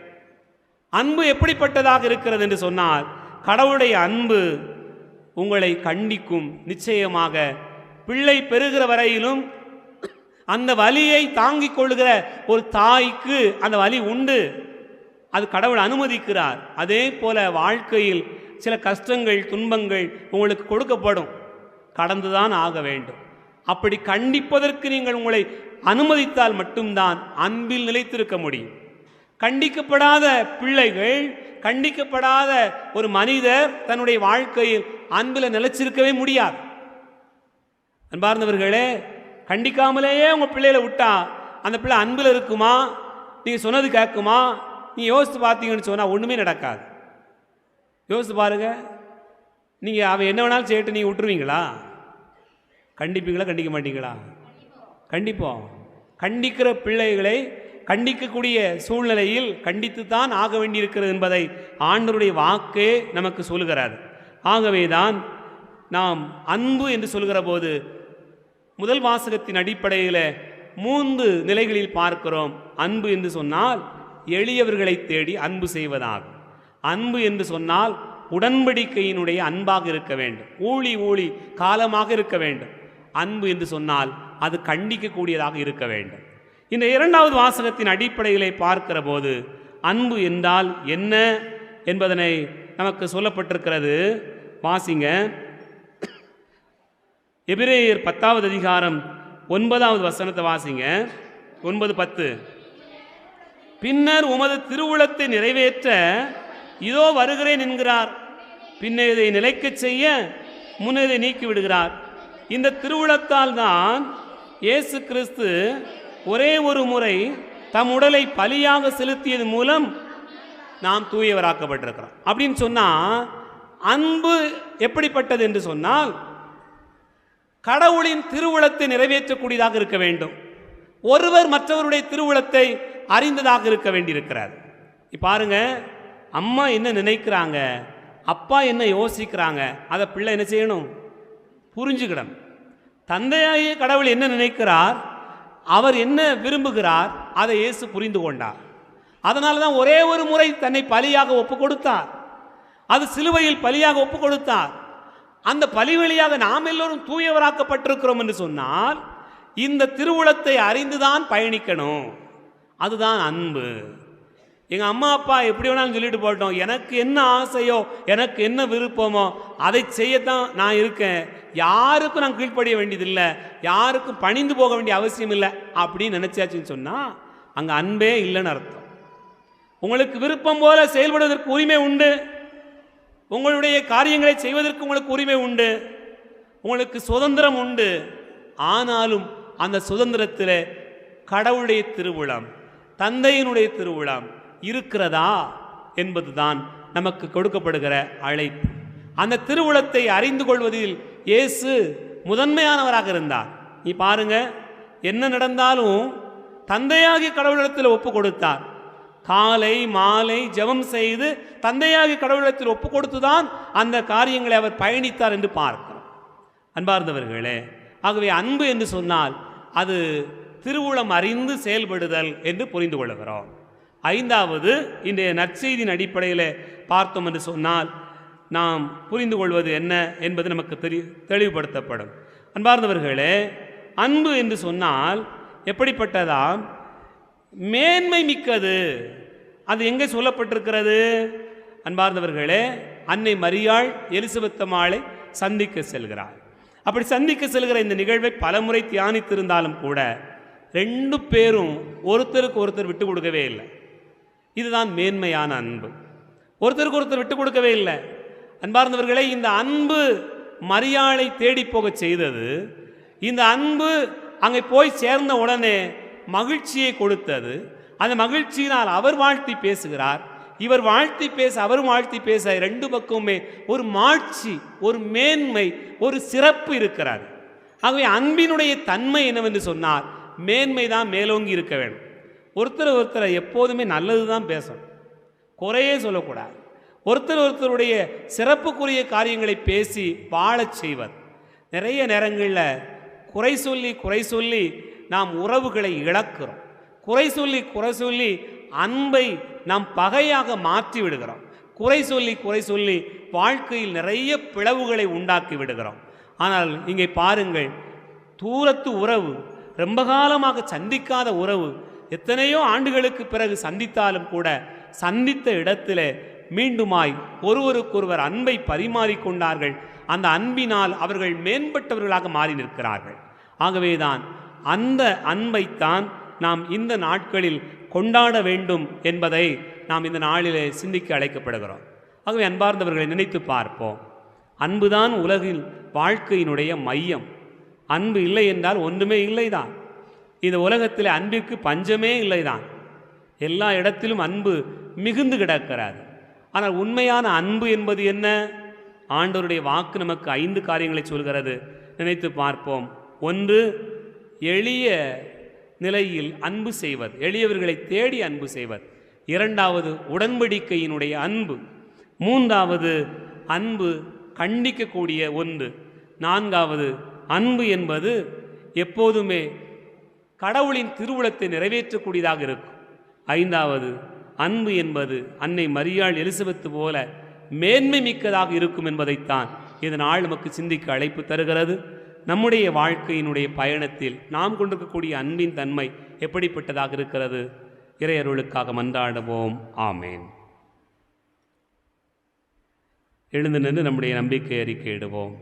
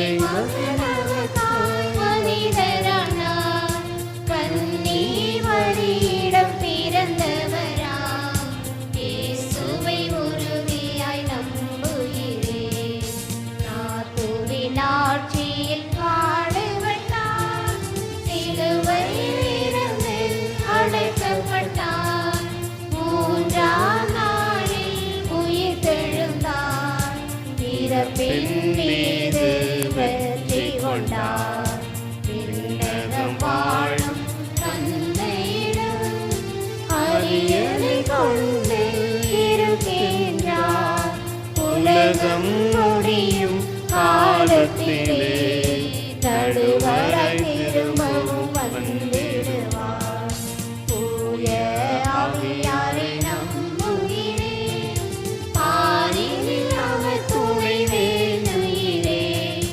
பாவ மன்னிப்பில் தூய்மை பெற்று பரிகார வாழ்வில் நிலைத்திடுமே. திரு அவை உரைப்பதை நம்புகிறேன், புனிதர்கள் உறவை நம்புகிறேன். உடலின் உயிர்ப்பை நிலை வாழ்வை உறுதியுடனே நம்புகிறேன். ஆமென், ஆமென். அன்புமிக்க சகோதர சகோதரிகளே, நாம் இணைந்து அன்பின் நாளாக இந்த நாளை கொண்டாடுகிறோம். அன்பில் நிலைத்திருக்க ஆண்டவருடைய அருளும் ஆசிரும் கேட்டு மன்றாடுவோம். அன்பின் இறைவா, திருச்சபையை வழிநடத்தும் திருத்தந்தை, ஆயர்கள், குருக்கள், துறவரத்தார் அனைவரும் உலக மீட்பரின் வருகையை எல்லோருக்கும் அறிவிக்கவும், தம்மிடம் ஒப்படைக்கப்பட்ட இறைமக்களை அதற்காக ஆயத்தப்படுத்தவும் தேவையான அருளை தர வேண்டுமென்று இறைவா உம்மை மன்றாடுகிறோம். எல்லாம் வல்ல இறைவா, எங்கள் மன்றாட்டை கேட்டருளும்.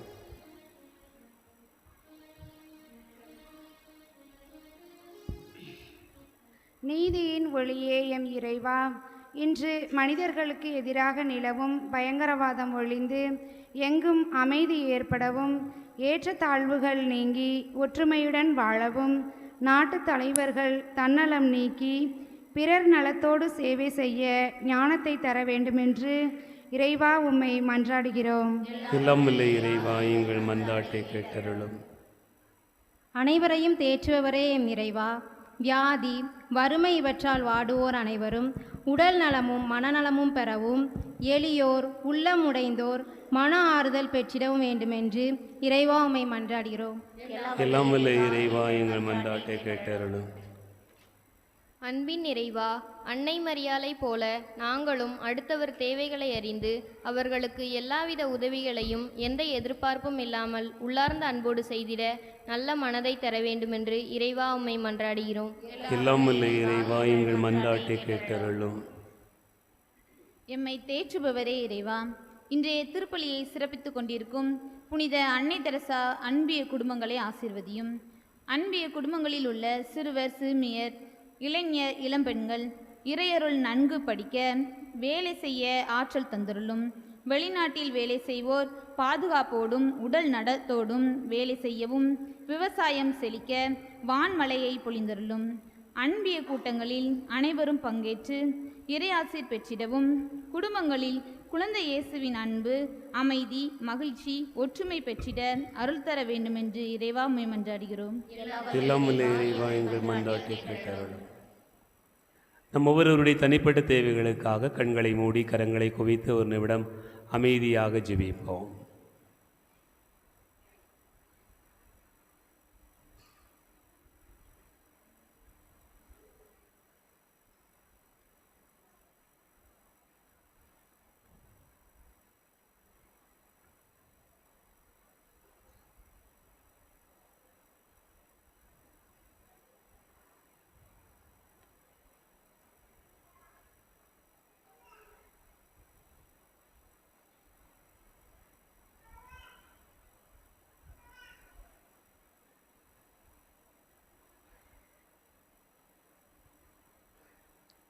எங்கள் அன்பின் பரலோக பிதாவே, இந்த இனிய காலை பொழுதுக்காக உமக்கு கோடான கோடி நன்றி கூறுகிறோம் ஐயா. எங்களுடைய உள்ளத்தில் எழுகிற எல்லா காரியங்களையும் உமது பாதத்தில் இந்த நேரத்தில் வைத்திருக்கிறோம். கண்ணீரோடு கூட நாங்கள் ஜெபிக்கிறோம். ஆண்டவரே, எங்களுடைய தனிப்பட்ட தேவைகளின் அறிவீர். பொதுவாக நாங்கள் எல்லாரும் பல காரியங்களுக்கு மன்றாடினாலும் கூட தனிப்பட்ட எங்களுடைய கவலைகள், வருத்தங்கள், மன்றாட்டுக்கள், ஜெபங்களாய் உமது பாதத்தில் வந்து சேர்கிற போது ஆண்டவரே நீர்தாமே கண்ணோக்குவீராக. ஆண்டவரே, நாங்கள் யாரிடம் போவோம்? வாழ்வு தரும் வார்த்தைகள் எல்லாம் உம்மிடம்தானே இருக்கின்றன பேதுரு சொன்னார். ஆண்டவரே, என் மந்தாட்டு தூபம் போல் உமது பாதத்திற்கு வந்து சேர்வதாக என்று நாங்கள் அறிகிறோம். அதுபோல இந்த நாட்களில் நாங்கள் ஏறெடுக்கிற செபங்கள் உமது பாதத்திற்கு வந்து சேர்வதாக. இதோ ஆண்டவரே, கலைமான் நீரோடைக்காக ஏங்கி தவிப்பது போல எங்களுடைய உள்ளமெல்லாம் உமக்காய் ஏங்கி தவிக்கிறது. உமது அன்புக்காக, உமது அன்பு செயல்களுக்காக, நீதியான காரியங்களுக்காக, எல்லாவற்றுக்குமாக உம்மை நோக்கி நம்பி இருக்கிறோம். ஆண்டவரே, மனிதர்களை நாங்கள் தேடி பயணப்பட்டு பல்வேறு காரியங்களுக்காக போகிறோம், ஆனால் நிறைவேறவில்லை. ஆனால் உம்மிடத்திலே வருகிற போது நிச்சயமாக அதற்கான பாதைகளை நீர் உண்டாக்கி தருவீர், எங்களை ஆசீர்வதித்துக் கொள்வீர் என்கிற நம்பிக்கையில் ஏறெடுத்து வைக்கிறோம். ஐயா, இரவு முழுவதும் பாடுபட்டு உழைத்தோமே, எங்களுக்கு ஒன்றுமே மிஞ்சவில்லையே என்று சொன்னபோது உமது வார்த்தைகளை நம்பி நாங்கள் வலைகளை வீசுகிறேன் என்று பேதுரு சொல்லி வலை போட்டார். பெருமளவு ஆசீர்வாதத்தை கண்டார். அதே போல ஆண்டவரே, இந்த வாரம் முழுக்க உமது வார்த்தைகளை நம்பி பயணிக்க எங்களுக்கு ஆசித்தார். இந்த வாரம் முழுக்க அன்பின் வாரமாய், சமாதானத்தின் வாரமாய் நாங்கள் கொண்டாடிட எங்களோடு கூட இருப்பீராக. உமது வல்லமையான கரம்தாமே எல்லா பிள்ளைகளையும் ஆசீர்வதிப்பீராக. இந்த பலியிலே வேண்டிக் கொள்கிற எல்லாரையும் கண்ணோக்கும், ஒவ்வொரு உள்ளத்தையும் ஏறெடுத்து பாரும். ஆண்டவரே, நாங்கள் தகுதியற்றவர்கள். ஆண்டவரே, நாங்கள் உம்மை மறந்தவர்கள். எங்களுடைய விருப்பம் போல பல நேரங்களில் வாழ்ந்தோம். ஆனாலும் கூட ஆண்டவரே, உமது அன்பு எங்களை அவ்வளவாய் நேசிக்கிறது. உமது அன்பு எங்களை அவ்வளவாய் அரவணைத்து கொள்ளுகிறது. இதோ நான் எவ்வளவு அன்பு செய்கிறேன் என்று சொல்லி சிலுவையிலே உம்மையே கையளித்து கொண்டீரே, அந்த மாபெரும் தியாகமிக்க அன்புக்காய் ஆண்டவரே எங்களுடைய வாழ்க்கையெல்லாம் ஒப்புக் கொடுக்கிறோம். எல்லாரையும் ஆசீர்வதியும். எல்லா பிள்ளைகளிலும் உமது அன்பு மேலோங்கு இருப்பதாக. நாங்கள் சமாதானத்தின் பிள்ளைகளாக, அன்பின் பிள்ளைகளாக ஒருவருக்கொருவர் வாழ்வோமாக. பல்வேறு நிலைகளிலே கருத்து வேறுபாடுகள், மாறுபட்ட சிந்தனைகள், பலவிதமான போராட்டங்கள் எங்களுக்குள்ளாக இருந்தாலும் கூட உமது திருப்பாதத்திற்கு வருகிற போது அன்பின் பிள்ளைகள், ஆண்டவருடைய பிள்ளைகள், இயேசுவினுடைய வழிகளை அறிந்திருக்கக்கூடிய பிள்ளைகள் என்று சொல்லி நாங்கள் பயணிப்பதற்கான ஆசீர்வாதத்தை தாரும். எல்லா உள்ளங்களிலும் இந்த நாட்களிலே அன்பு பொங்கி வழிவதாக. உம்மை நோக்கி ஜெபிக்கிறோம். ஜெபம் கேளும் நல்ல பிதாவே, ஆமென்.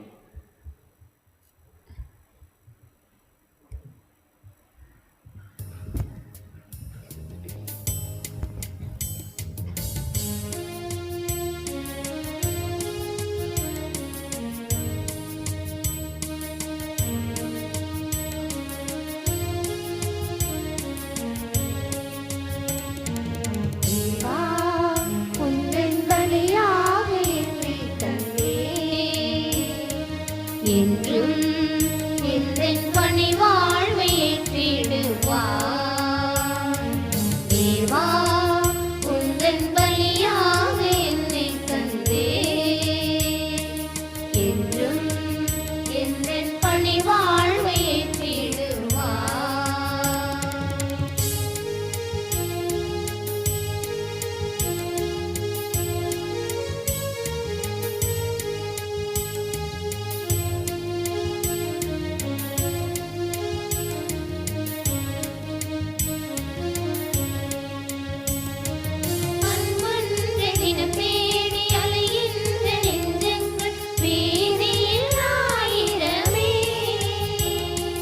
அரவணைக்கும் கரம் தேடி ஆர்வமுடன் காத்திருக்கும் மனிதர்கள் கூட்டம் இங்கே. அன்பொன்று தினம் தேடி அலைகின்ற நெஞ்சங்கள் வீதியில் ஆயிரமே. அரவணைக்கும் கரம் தேடி ஆர்வமுடன் காத்திருக்கும் மனிதர்கள் கூட்டம் இங்கே.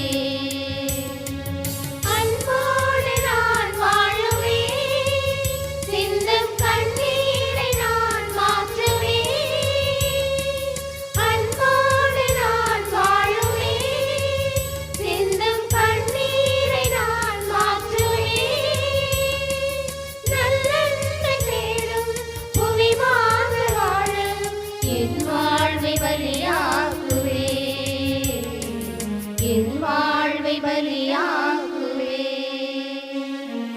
தேவா, உந்தன் பலியாக என்னை தந்தே, என்றும் எந்தன் பணி வாழ்வை ஏற்றிடுவார்.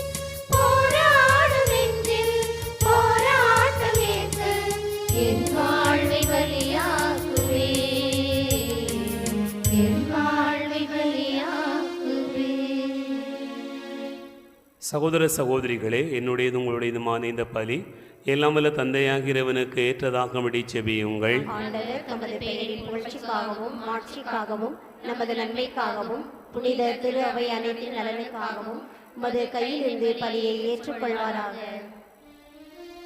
ஆண்டவரே, புனித மரியாவின் திருவயிற்றை தூயாவியார் தமது வல்லமையால் நிரப்பினார். உமது பீடத்தின் மேல் வைக்கப்பட்டுள்ள இக்காணிக்கையையும் அவரே புனிதப்படுத்த வேண்டுமென்று எங்கள் ஆண்டவராகிய கிறிஸ்து வழியாக உம்மை மன்றாடுகிறோம்.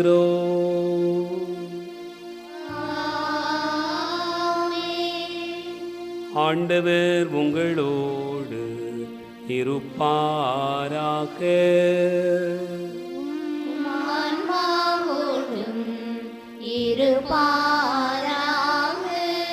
இதயங்களை மேலே எழுப்புங்கள்.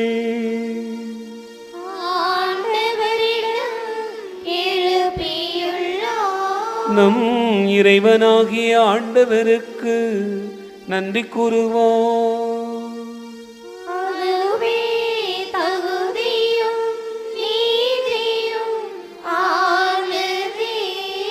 ஆண்டவரே, தூயவரான தந்தையே, என்று வாழும் எல்லாம் வல்ல இறைவா, எங்கள் ஆண்டவராகிய கிறிஸ்து வழியாக எந்நாளும் எவ்விடத்திலும் நாங்கள் உமக்கு நன்றி செலுத்துவது மெய்யாகவே தகுதியினேயுமாகும்.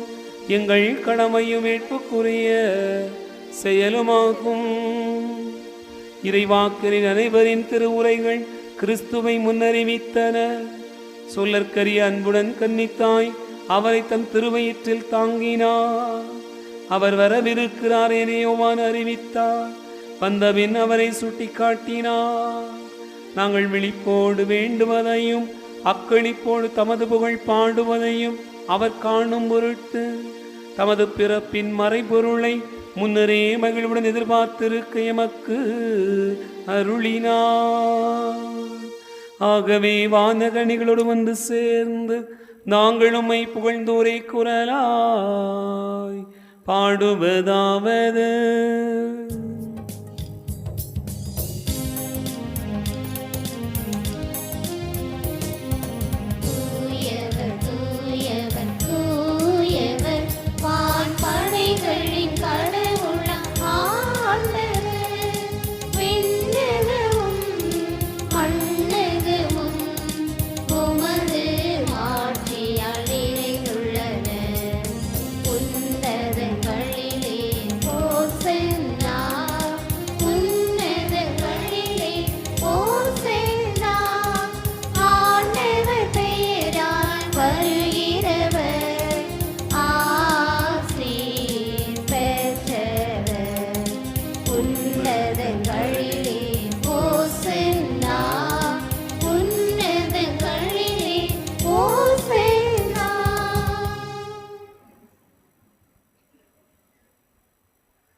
ஆண்டவரே, நீர் மெய்யாகவே தூயவர், தூய்மை அனைத்துக்கும் ஊற்று.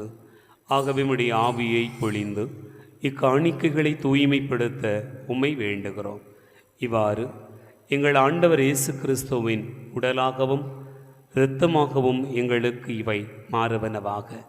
அவர் பாடுபட உளம் கனிந்து தம்மை கையளித்த போது அப்பத்தை எடுத்து நன்றி செலுத்தி அதை பிட்டு தம் சீடர்களுக்கு அளித்து அவர் கூறியதாவது: அனைவரும் இதிலிருந்து பெற்று உண்ணுங்கள், ஏனெனில் இது உங்களுக்காக கையளிக்கப்படும் என் உடல்.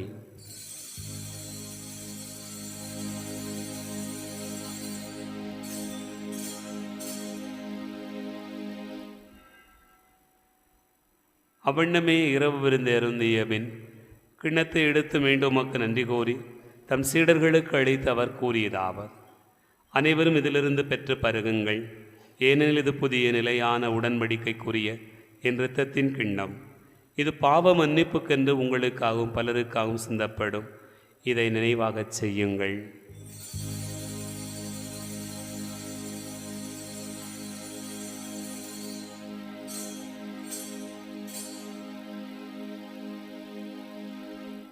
நம்பிக்கையின் மறை பொருள்.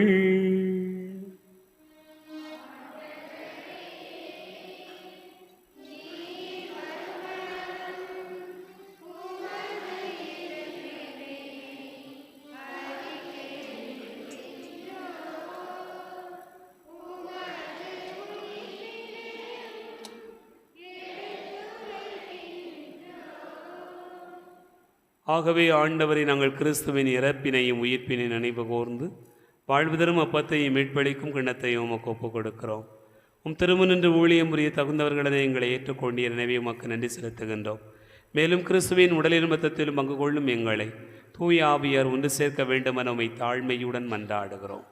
ஆண்டவரே, உலகெங்கும் பரவியிருக்கும் திரு அவையை நினைவு கூர்ந்தருளும். எங்கள் திருத்தந்தை பிரான்சிஸ், எங்கள் ஆயிரந்தோணி சாமி, எல்லா திருநிலையினராக அனைவரோடும் திரு அவை அன்பில் நிறைவு பெறச் செய்தருளும். உயிர்த்தெழும் எதிர்நோக்கோடு துயில் கொடுக்கிற எங்கள் சகோதர சகோதரிகளையும் இறந்தோர் அனைவரையும் இரக்கத்தோடு நினைவு கூர்ந்து திருமுக ஒளியினுள் ஏற்றருளும். எங்கள் அனைவர் மீதும் இரக்கமாயிரும். கடவுளின் கன்னித்தாயான புனித மரியா, அவருடைய கணவரான புனித யோசேப்பு, புனித திருத்தூதர்கள், இவ்வுலகில் உமக்கு உகந்தவராய் இருந்தோராகிய புனிதரை உடனும் நாங்கள் நிலை வாழ்வில் பங்கு கொள்ளும் தகுதி பெற்று திருமகன் இயேசு கிறிஸ்து வழியாக உம்மை புகழ்ந்தேத்து மரமருள உம்மை மன்றாடுகிறோம். இவர் வழியாக இவரோடு இவரில் எல்லாம் வல்ல இறைவனாகிய தந்தையே, தூயாவியாரின் ஒன்றிப்பில் எல்லா புகழும் ஆட்சியும் என்றென்றும் உமக்கு உரியதே.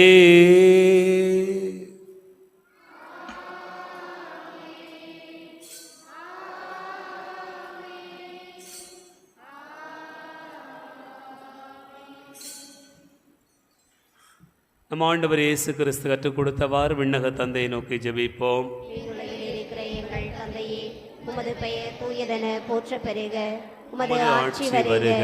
உமது திருவுளம் விண்ணுலகில் நிறைவேறுவது போல மண்ணுலகிலும் நிறைவேறுக. எங்கள் அன்றாட உணவை இன்று எங்களுக்கு தாரும். எங்களுக்கு எதிராக குற்றம் செய்வோரை நாங்கள் மன்னிப்பது போல எங்கள் குற்றங்களை மன்னியும். எங்களை சோதனைக்கு உட்படுத்தாதையும், தீமையிலிருந்து எங்களை விடுவித்து. ஆண்டவரை, தீமை அனைத்திலிருந்தும் எங்களை விடுவித்து எங்கள் வாழ்நாளில் அமைதியை கனிவுடன் அருள உம்மை மன்றாடுகிறோம். உமது இரக்கத்தின் உதவியால் நாங்கள் பாவத்திலிருந்து எப்போதும் விடுதலை பெற்று யாதொரு கலக்கமும் இன்றி நலமாயிருப்போமாக. நாங்கள் எதிர்நோக்கி இருக்கும் பேரின்பத்துக்காகவும் மீட்பராகிய இயேசு கிறிஸ்துவின் வருகைக்காகவும் காத்திருக்கின்றோம். ஆண்டவரே இயேசு கிறிஸ்துவே, அமைதியை உங்களுக்கு விட்டுச் செல்கிறேன், என் அமைதியே உங்களுக்கு தருகிறேன் என்றும் திருத்தூதர்களுக்கு மொழிந்தீரே. எங்கள் பாவங்களை பாராமல் உமது திரு அவை நம்பிக்கையை கண்ணோக்கி உமது திருவிழத்திற்கு ஏற்பதற்கு அமைதியும் ஒற்றுமையும் அளித்தருள்வீராக. என்னென்று வாழ்ந்து ஆட்சி செய்கின்றவர் நீரே. ஆண்டவருடைய அமைதி உங்களோடு இருப்பதாக.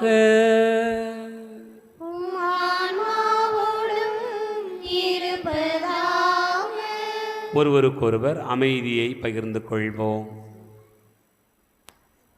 உலகின் பாவங்களை போக்கும் இறைவனின் செம்மறியே, எங்கள் மேல் இரக்கமாயிரும்.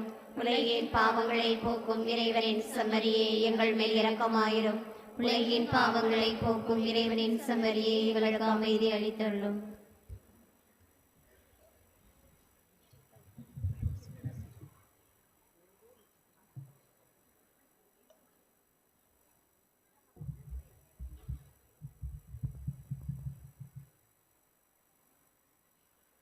இதோ இறைவன் செம்மறி, இதோ உலகின் பாவங்களை போக்குகிறவர்.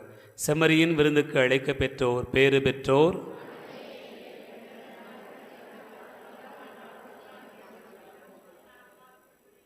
கிறிஸ்துவின் உள்ளத்திலே வாழ்வளிப்பதாக.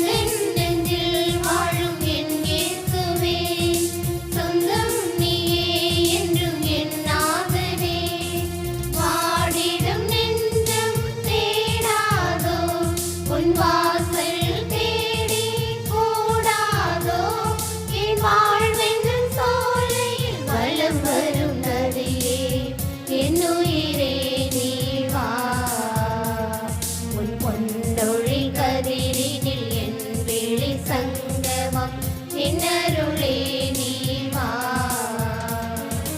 எந்த நெஞ்சில் வாழும் என் இயேசுவே சொந்தம் நீயே என்றும் என் நாதனே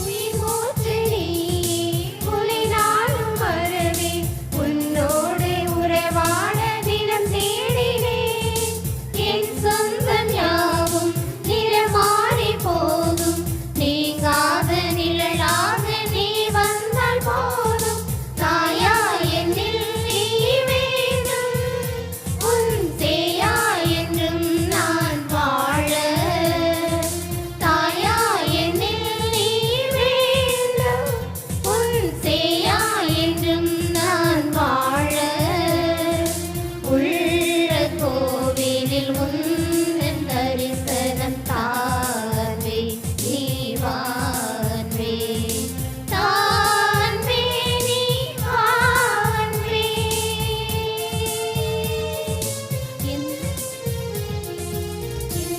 நெஞ்சில் வாழும் என் இயேசுவே சொந்தம் நீயே என்றும் என் நாதனே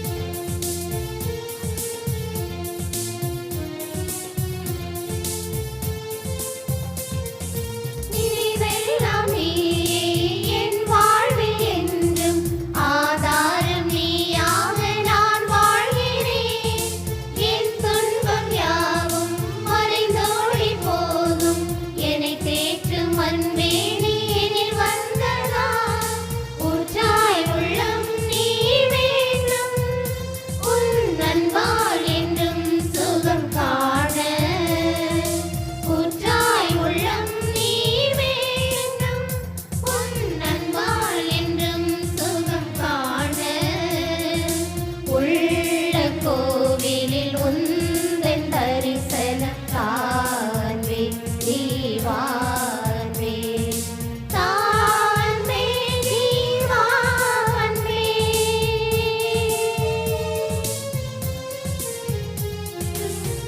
என் நெஞ்சில் வாழும் என் இயேசுவே சொந்தம் நீயே என்றும் என் நாதனே எந்த நெஞ்சில் வாழும் என் இயேசுவே சொந்தம் நீயே என்றும் என் நாதனே பாடிடும் நெஞ்சம் தேடாதோ உன் வாசல் தேடி கூடாதோ என் வாழ்வென்னும் சோலையில் பள்ளம் வரும் நதியே என்னுயிரே நீ வா உன் பொன்னொழி கதிரினில் என் விழி சங்கமம் நின்னருளே நீ வா எந்த நெஞ்சில் வாழும் என் இயேசுவே சொந்தம் நீயே என்றும் என் நாதனே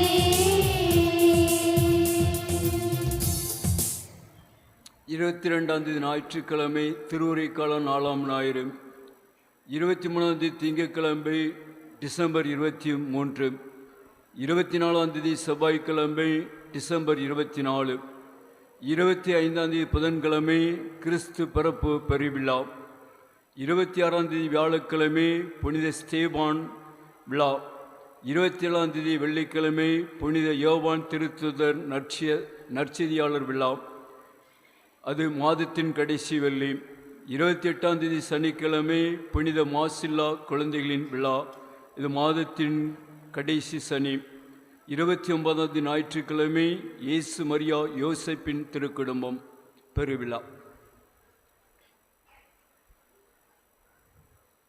ஆண்டவர் இயேசு கிறிஸ்துவில் அன்பு நிறைந்த சகோதர சகோதரிகளே, உங்கள் அனைவருக்கும் இயேசுவின் இனிய நாமத்தில் அன்பு கலந்த வணக்கத்தை தெரியப்படுத்திக் கொள்கிறேன். கடந்த நாட்களிலே காணிக்கை வரவு, கடந்த 15ஆம் தேதி ஞாயிற்றுக்கிழமை காணிக்கை வரவு ரூபாய் 3940. கடந்த 1ஆம் தேதி ஞாயிற்றுக்கிழமை காணிக்கை வரவு ரூபாய் 3160. கடந்த ஞாயிற்றுக்கிழமை காணிக்கை வரவு ரூபாய் 5850. அன்பார்ந்தவர்களே, கிறிஸ்மஸ் கேரல்ஸ் மூலமாக காணிக்கை வரவு ரூபாய் 22,154. அன்பார்ந்தவர்கள், நம்முடைய ஆலயத்திற்கு புதிதாக குடிலில் வைக்கக்கூடிய சுரூபங்கள், ஒரு குடில் செட்டு சுரூபங்கள் வாங்க வேண்டும் என்று நினைத்தோம். அதற்கு ரூபாய் 12,500 திரு அமல்ராஜ் ஆரோக்கிய மேரி அவர்களுடைய குடும்பத்தார் வாங்கி கொடுத்திருக்கிறார்கள். அவர்களுக்கு நம்முடைய நெஞ்சார்ந்த நன்றிகளை அன்போடு தெரியப்படுத்திக் கொள்வோம்.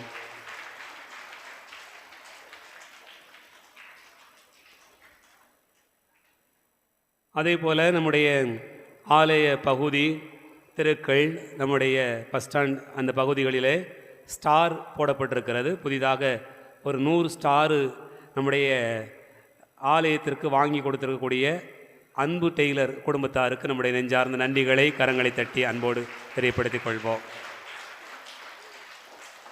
இந்த ஸ்டார் மட்டுமல்ல, அப்போ அதோடு சேர்த்து பல்பு, ஹோல்டர் இவையெல்லாம் வாங்கி கொடுத்திருக்கக்கூடியவர்கள் ஜோசப், அந்த கடை உரிமையாளர் ஜோசப், அவரோடு சேர்ந்து நிறைய பேர் உதவி செய்திருக்கிறார்கள். அவர்களுக்கு நம்முடைய நெஞ்சார்ந்த நன்றிகளை தெரிவித்துக் கொள்வோம்.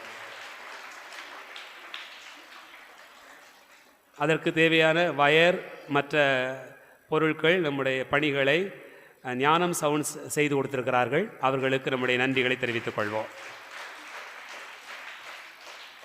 அன்பார்ந்தவர்களே, குழந்தை இயேசுவுக்கு என் பரிசு அப்படிங்கிற ஒரு நிலையில் கடந்த வாரத்திலே மொத்தம் ஒரு 24 பேர்களுடைய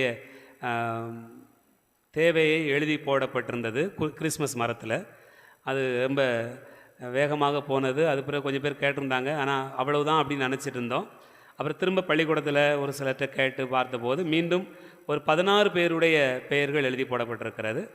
விரும்புகிறவர்கள் யாராவது குழந்தை இயேசுவுக்கு என் பரிசு அப்படிங்கிற நிலையில் இந்த கிறிஸ்மஸ் பரிசு வாங்கி கொடுக்க வேண்டும் நினைக்கிறவர்கள் திருப்பலி முடிந்த பிறகு இந்த சீட்டு எடுத்து நீங்கள் வாங்கி கொடுக்கலாம். முதல்ல 16 பேர் தான் இருக்கிறது, அதற்கு மேல் இல்லை. இந்த பரிசுகள், இந்த பரிசு பொருட்கள் அத்தனையும் நீங்கள் வருகின்ற 30ஆம் தேதிக்குள் நீங்கள் யாருடைய பெயரில் எடுத்திருக்கிறீர்களோ அந்த பெயர் எல்லா விவரங்கள் எல்லாம் சேர்த்து அருட்சகோதரி தீபா அவர்களிடம் பரிசு பொருளையும் பெயர்களையும் கொடுக்கும்படியாக அன்போடு கேட்டுக்கொள்கிறேன். இந்த பரிசுகளானது புத்தாண்டு திருப்பலிக்கு பிறகு நமது ஆலயத்தில் வைத்து கொடுக்கப்படும். அந்த நேரத்தில் உங்களுக்கு சொல்லப்படும், நீங்கள் வந்து பெற்றுக்கொள்ள அன்போடு கேட்டுக்கொள்கிறேன். இதில் பங்கெடுக்க வேண்டும் என்று விரும்புகிறவர்கள் திருப்பலி முடிந்த பிறகு இந்த சீட்டு எடுத்து பங்கெடுத்து கொள்ள அன்போடு கேட்டுக்கொள்கிறேன். இந்த நாளில் திருப்பலியை சிறப்பித்த அன்னை தெரசா அன்பியத்தார் ஆலயத்தை சுத்தம் செய்து அவருடைய வழிபாட்டிற்காக தயாரிப்பு செய்திருக்கிறார்கள். ஆகவே அன்னை தெரசா அன்பியத்திற்கக்கூடிய பொறுப்பாளர்கள், உறுப்பினர்கள், வழிகாட்டிகள் அனைவருக்கும் நம்முடைய நெஞ்சார்ந்த நன்றிகளை கரம் தட்டி அன்போடு தெரியப்படுத்திக் கொள்வோம். வருகின்ற ஞாயிற்றுக்கிழமை திருப்பலியை புனித சூசையப்பர் அன்பியத்தைச் சேர்ந்த இறை மக்கள் சிறப்பிக்க அன்போடு கேட்டுக்கொள்ளப்படுகிறீர்கள். ஆலயத்தை சுத்தம் செய்து வழிபாட்டிற்கான தயாரிப்பு செய்ய அன்போடு கேட்டுக்கொள்கிறேன். அன்பார்ந்தவர்களே, வருகின்ற செவ்வாய்க்கிழமை கிறிஸ்து பிறப்பு பெருவிழா நள்ளிரவு திருப்பலி நடைபெறும். செவ்வாய்க்கிழமை காலையில் வழக்கம் போல செவ்வாய்க்கிழமை திருப்பலி நடைபெறும். இரவில் 25ஆம் தேதிக்கான கிறிஸ்து பிறப்பு திருவிழா திருப்பலி நடைபெறும். இந்த கிறிஸ்து பிறப்பு பெருவிழா திருப்பலியை ஃப்ளாரன்ஸ் மாத சங்கத்தினர் சிறப்பிப்பார்கள். ஆகவே இந்த மாத சங்க பொறுப்பாளர்கள், உறுப்பினர்கள் அதற்கான கலந்துரையாடல் செய்து திருவிழாவை சிறப்பிப்பதற்கான ஏற்பாடுகளை செய்ய அன்போடு கேட்டுக்கொள்கிறேன். அந்த நாளிலே திருப்பலி முடிந்த பிறகு அவர்கள் கலை நிகழ்ச்சிகள் வழங்குகிறார்கள். அதிலும் நாம் கலந்து கொண்டு சிறப்பிக்க அன்போடு கேட்டுக்கொள்ளப்படுகிறோம். அன்பார்ந்தவர்களே, கிறிஸ்து பிறப்பு பெருவிழா நாளில் கேக் மற்றும் டீ போன்ற பொருட்கள் நம்முடைய மகிழ்ச்சியை வெளிப்படுத்தும் விதமாக வழங்கப்படும் என்பதையும் அன்போடு தெரியப்படுத்திக் கொள்கிறேன். அன்பார்ந்தவர்களே, இன்று மாலை கிறிஸ்து பிறப்பு கேரல்ஸ் ஆனது விடுபட்டு போன வடக்கு காலனி மற்றும் சிலுவை கோவில் பகுதிகளில் நடைபெறும். ஆகவே வடக்கு காலனியில் இருக்கக்கூடியவர்கள், சிலுவை கோயில் பகுதியில் இருக்கக்கூடிய குடும்பங்கள் தயார் நிலையில் இருக்கும்படியாக அன்போடு கேட்டுக்கொள்கிறோம். சரியாக ஒரு 6:30 மணிக்கு வடக்கு காலனிக்கு வருவோம். அதன் பிறகு ஒரு 7:30 மணிக்குள்ளாக சிலுவை கோயில் பகுதிக்கு வந்து சேர்வோம் என்பதையும் அன்போடு தெரியப்படுத்திக் கொள்கிறேன்.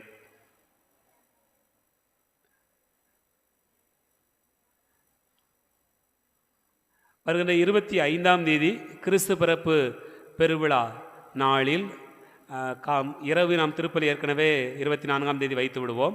25ஆம் தேதி மாலையில் நம்முடைய மாதா கெபியில் வைத்து நற்கருணை ஆராதனை இருக்கும். அதனைத் தொடர்ந்து நம்முடைய பிள்ளைகளுடைய ஒரு 5-6 நடனங்கள் மட்டும் கிறிஸ்து பிறப்பு பெருவிழா நடன நிகழ்ச்சியாக இந்த ஆண்டு நாம் ஏற்பாடு செய்திருக்கிறோம். ஏனென்றால் அந்த நாள் முழுக்க ஒன்றுமே இல்லாமல் இருப்பது போல் இருக்கிறது. ஆகவே இந்த ஆண்டு கிறிஸ்து பிறப்பு பெருவிழாவை முன்னிட்டு மாலையில் அன்னையினுடைய கெபியில் நற்கருணை ஆராதனை, ஒரு சிறிய செய்தி, அதனைத் தொடர்ந்து சிறிய கலை நிகழ்ச்சி நடைபெறும். அனைவரும் கலந்து கொள்ள அன்போடு கேட்டுக்கொள்கிறேன். அன்பார்ந்தவர்களே, இன்றைக்கு திருப்பலி முடிந்தவுடனே நம்முடைய ஆலயத்தில் வைத்து பங்கு பேரவை கூட்டம் நடைபெறும். ஆகவே பங்கு பேரவை உறுப்பினர்கள் தவறாது கலந்து கொள்ள அன்போடு கேட்டுக்கொள்கிறேன். இந்த நாட்களிலே பிறந்தநாள் கொண்டாடுகிற குழந்தைகளை வாழ்த்துவோம். யோகேஷ் ஜெனோ அன்னை வேளாங்கண்ணி அன்பியத்தைச் சேர்ந்த இவர்களுடைய மகள் ஜாய் ஃபியோனா தன்னுடைய பிறந்தநாளை கொண்டாடுகிறார். அவர்களை வாழ்த்துவோம். கரங்களை தட்டி நம்முடைய மகிழ்ச்சியை பரிமாறிக்கொள்வோம்.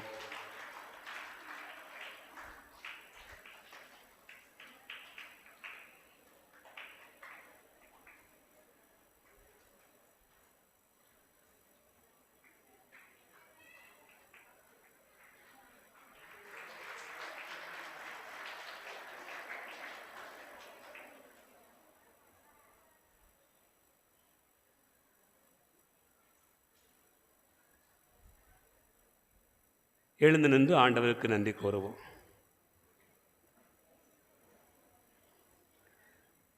மன்றாடுவோமாக. எல்லாம் வல்ல இறைவா, நிலையான மீட்பின் உறுதிப்பாட்டை பெற்றுக்கொண்ட நாங்கள் உம்மை வேண்டுகிறோம். மீட்பளிக்கும் திருநாள் நெருங்கி வரும் இவ்வேளையில் நாங்கள் மேன்மேலும் இறைப்பற்றுடன் திருமகனுடைய பிறப்பின் மறை நிகழ்வை தகுதியான முறையில் கொண்டாட முன்னேறுவோம் என்று என்னென்று வாழ்ந்து ஆட்சி செய்தவர் வழியாக உம்மை மன்றாடுகிறோம்.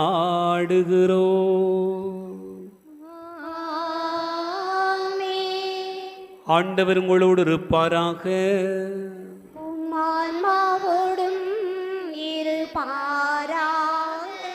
எல்லாம் வல்ல இறைவன் தந்தை, மகன், தூயாவியார் உங்களை ஆசீர்வதிப்பாராக.